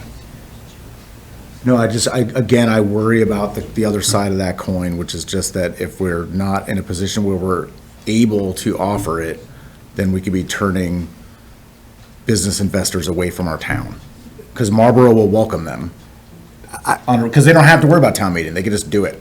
That's correct. But, for example, the White Cliffs is such a unique piece of property that the reason for that, for any interest would be because it is a unique piece of Sure, property, sure. right? And who's ever buying it understands that they're buying it from a government entity. And it's not like they don't expect there to be some sort of process. Sure. No, that's fair. That's a fair statement for for this article, yeah. For White Cliffs, Yeah, and even White for Cliffs, 4 West, Yeah. right? That's a good point. Any, Yeah, relative to the discussion about that we saw the presentation at the library from the Marlboro Economic Development, the one thing that makes it easier for Marlboro to enter into these TIFs is obviously the form of government, where they have a city form of government, where their legislative body meets every other week or Right. twice a month or something with that regularity, whereas our legislative body meets once annually. So Right. that's one thing that they have at their advantage. One thing that we have in our advantage is that we don't always need to offer TIFs because of the single tax rate in town compared to our tax rate is significantly lower than the business tax rate in Marlboro. So I think that's one thing where by design, they as a city entity with a split tax rate, they probably are needing to offer the TIFs more frequently. So then, are you suggesting then we should have a special town meeting? When there's a TIF proposal, a property sale with a TIF, then we're saying that that's a town meeting? That's typically what's happened in the past. Okay. And and that's why you have the ability to call a special town meeting. Or, yeah, I know there's even been discussions about whether or not we should have them, every 6 months or anyways for certain things. And there's nothing wrong with that. I think it's a great way. And I think it also helps a lot with the communication around town residents. I was talking to somebody the other day, and just as an aside, there's no newspapers today, right? So people don't get the full story. You got to work hard to find out what's going on from a political and economic perspective within the town of Northborough. And more often that, so I wouldn't be opposed to spending the extra 10 grand, even though we need an override, to have a town meeting every 6 months. It just, it's worth it. It's worth it. We always talk about it, in this day and age, there's communication everywhere. Well, there might be stuff out there, but how much content has been absorbed, we don't know. So, not like the old days when you had the telegram delivered to your door. So. makes sense. All right. Let's take it to a vote then. On Article 44, the TIF for White Cliffs. Bob? No. George? No. Jeff? No. Terry? No? Tim? Aye. And Scott is a no.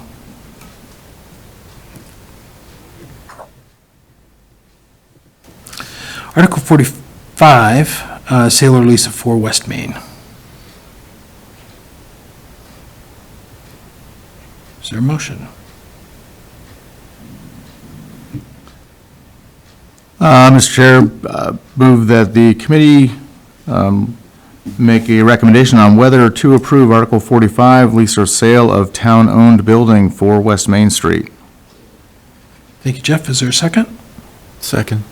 Thank you, Bob. Any discussion? I can't wait to sell it, but Terry's convinced me that special town meeting makes sense. So. Excellent. I think the discussion we had Yeah, see above. yes, 44, 43 and 44 carry for 45 and 46, so. Agree. Excellent. All right, go for a vote on that. This will be by roll call for 45 on 4 West Main. Lease or sale. Bob? No. George? No. Jeff? No. Terry? No? Tim? No. And Scott is a yes.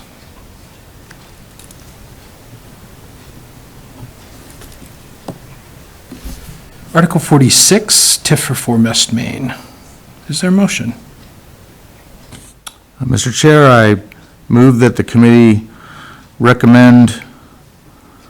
a recommendation on whether to approve Article 46, tax increment financing for West Main Street. Thank you, Jeff. Is there a second? Second? Thank you, Bob. Any further discussion?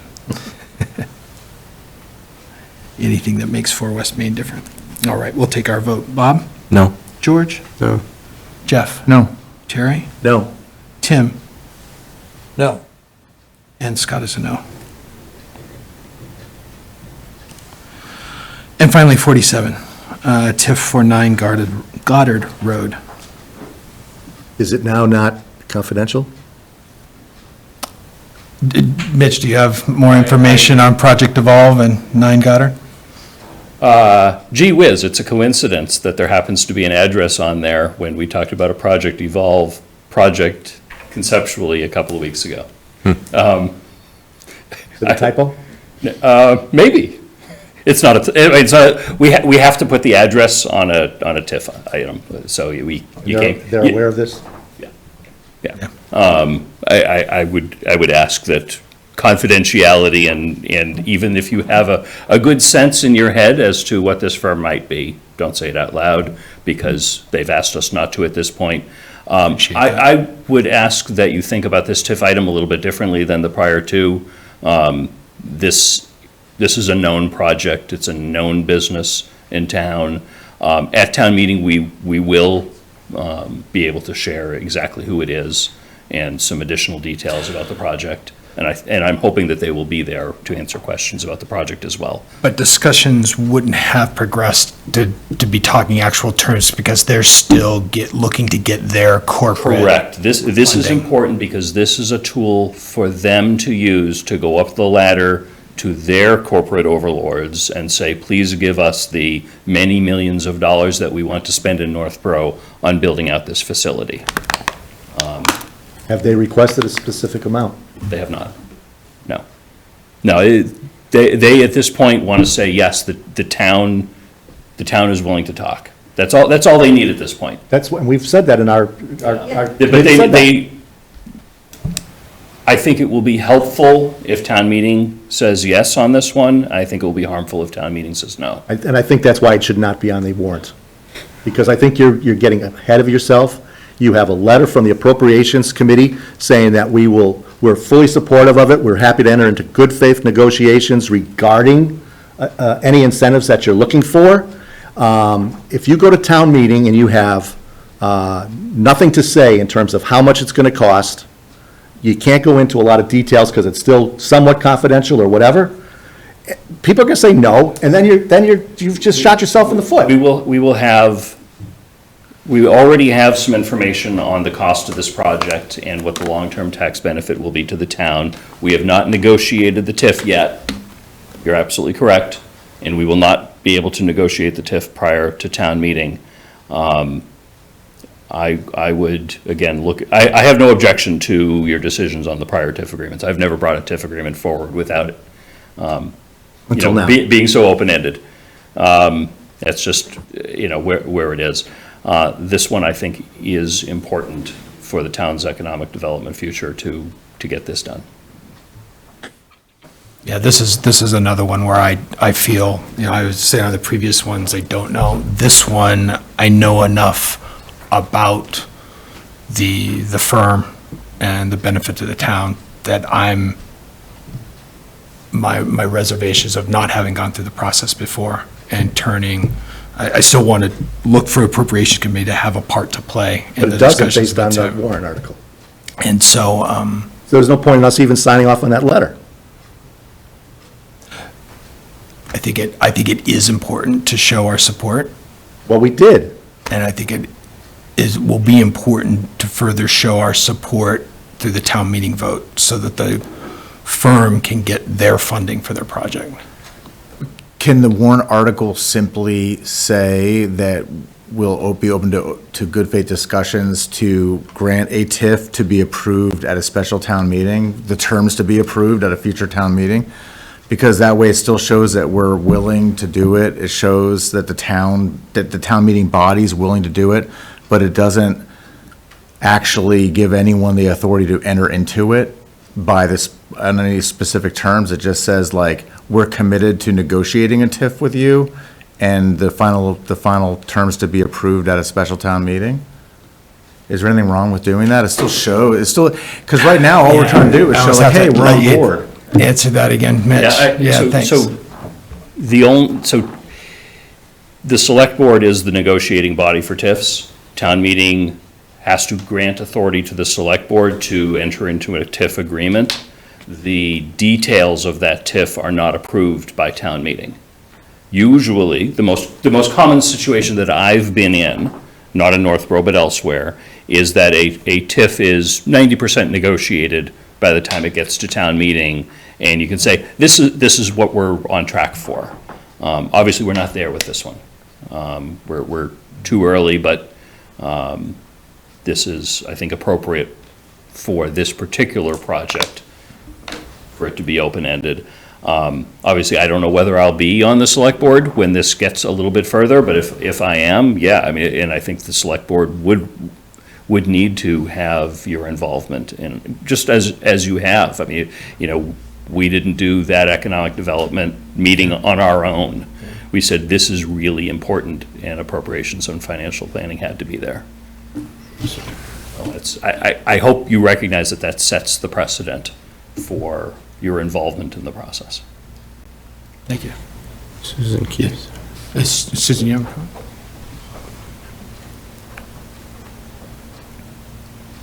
See, I think it's all gonna be an executive session of the select board and no one's gonna know what's happening. No disrespect, Mitch, but that's what's gonna happen. I think that when it comes to. That is the process, right, for negotiations. The select board Right, negotiates, and it's not in it'll be a an done deal. After this warrant article, there will be no involvement by anyone else, is what I'm saying, so that we won't be involved. You could be invited in to an executive session. You could post and go in with the Board of Selectmen if they chose to do so. I'm standing up to say that I believe when that gentleman spoke the other night, didn't he have a date of about the 15th that he was supposed to get back to his people, that he has to get approval to be able to move forward on this, to go into negotiations? And didn't they say they'd be happy with letters of recommendation and in support of it? They said nothing about the need for a TIF to be able to make this happen. They didn't ask for a TIF, and they didn't say they needed one, but maybe I heard them incorrectly. I think she's correct.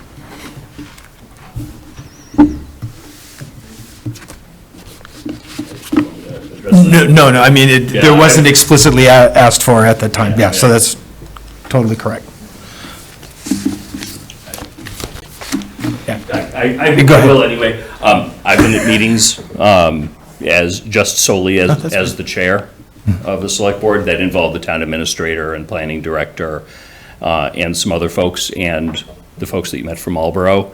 There is an expectation that a TIF would be needed for them to sell this higher up in their process. It's not something that we came up with out of thin air.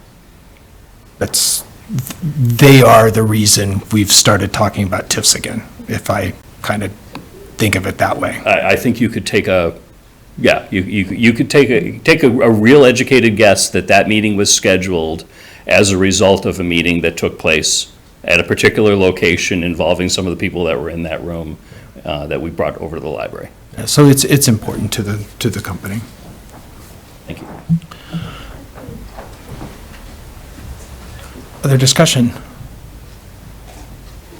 We'll take our vote. This is for 47 on TIF for 9 Goddard Road.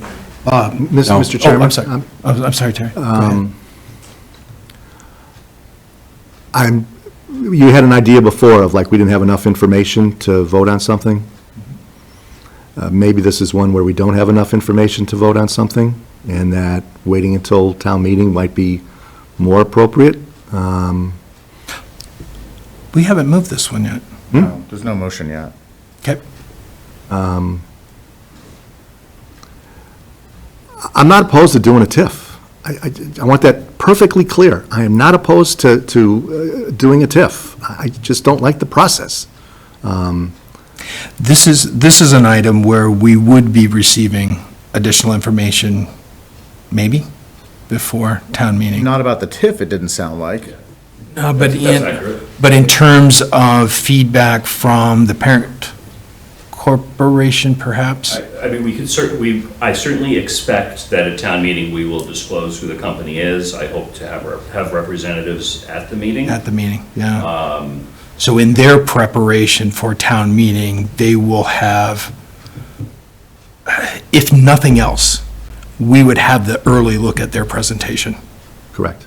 And so whatever is going to be said at town meeting, we would preview that, even if it was as late as minutes before town meeting started. Because I Yeah. don't, I mean, what we wrote in that letter is absolutely the gospel truth of what I think the committee adopted. So to ask us to go further without, I mean, all we said was we would enter into good faith negotiations, right? Okay, I'm happy to do that. I Yeah. just want to know what those, what the dollar amount is. Okay, let's go one more. Yeah, no, I apologize, this is sounding like a back and forth. What we wouldn't have from that letter is a commitment from town meeting that the town was comfortable doing a TIF. And that's what the town meeting vote would get us. And what happens if, because you don't have enough information, that people say no? Then I think there's a risk of us losing the project. I really do. And I understand that, that's why I don't want to put it on the town meeting. That's the point. Yeah, but they have said that this is something that they need to sell it up the food chain and get the funding within their large multinational corporation for this project. And I'm just relaying what I've been told by. They said they needed it this town meeting? They were very happy that the town meeting was when it was. I think this is what I heard Susan say, would there be a way to say that the way we could do this is include both the appropriations and the financial planning groups in the approval of the TIF? So it's not opening it up to the town. So in other words, it would be expanding the warrant article, not just to say to the Board of Selectmen, but would say to the Board of Selectmen plus the town financial committees. So I don't think we can do that with a town meeting article, but what we can do is, I would ask you to maybe, if this was consensus of your board, maybe send a request and a suggestion for a motion from the select board that when we make our recommendations for town meeting, when we get to this item, we could feasibly say, make an actual commitment that the Appropriations Committee and Financial Planning would be involved in the negotiations of the TIF. Okay, yeah, I get where you're going on that. I will talk more on that. Can I ask that potentially you consider having an executive session for any of the boards you want involved in this, so you could call an executive session before town meeting? And if there are some answers to questions that people have that they can tell in an executive session, it might make it a lot easier for all of you. I have no objection to that. I don't think there's anything that We even might in not executive get- session, because we haven't discussed terms of a TIF. We have discussed that they need an incentive to sell this to their higher-ups. They need to know that there's an incentive on the table. So we wouldn't even pursue the terms of any sort of TIF until they came back and said, we have a commitment to spend this much money in Northborough. Now let's. Yeah, it would probably be a little bit of a back and forth. They may get a generic appropriation within the company and say, yes, we're committed to doing that. Then we have the negotiation, then they send that back up, and then they get final sign-off, something like that. I'm guessing there's going to be some back and forth steps involved in this one. Just post an executive session, it will always come in handy. I said, I have no objection. I can't even think of anything that I could share within that executive session that you don't know or can very reasonably guess at this point. Well, Let's make sure it's not guessing, that's the point. I doubt it. I don't think we'll have any financial information that wasn't presented at the last select board meeting. I guess I kind of like the idea of deferring a vote on this, because there will be some additional information. It might still not be enough, but it's an opportunity. Just wait just a little bit more. This is the type of thing that, it's going to be a black and white presentation, whatever they plan to show at town meeting. we can get an early review of that, and then walk into town meeting with our recommendation. Agree. Does that That's fine. that sound good? So we'll. I'm much more comfortable with that. So let's pass over 47. We'll defer our vote on that. We'll write it up in the report, right? Okay. Additional, if we And know it follows there's additional I information. mean, the letter that we drafted is public. Yep. Yeah. So We're not disagreeing anything we put in the letter at all. It's just, we're just waiting for more information, because it says in the letter, we know we're going to learn more information in the months to come. Right. So, That's a way to just kind of, and, Let's yeah, keep- So I keep don't it want to rolling scuttle the forward. deal, I worry about putting it on town. I wouldn't have put it on town meeting warrant, but that's too late. all right. So to wrap up the report, I do need a motion that allows Jason and I to incorporate the comments, provide some additional narrative, and work on an updated, I'm going to call it an updated draft. Because what I do want to, I want to send it out again. I want to be careful that we aren't circulating a document and taking stuff and not having an open meeting around it. So if it looks like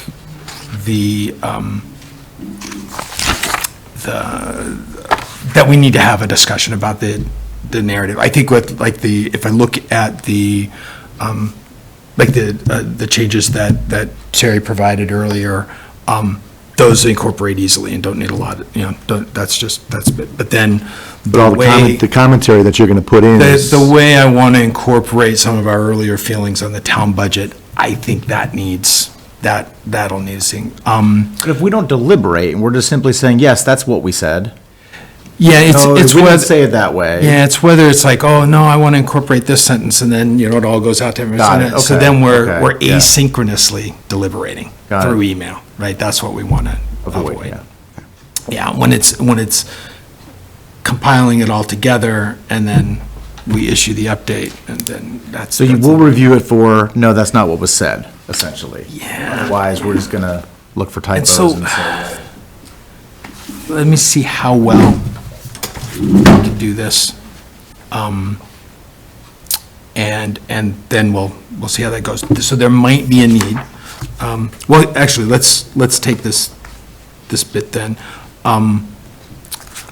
May I have a motion that authorizes myself to finalize the report if it turns out that there's not significant changes that we need to get together again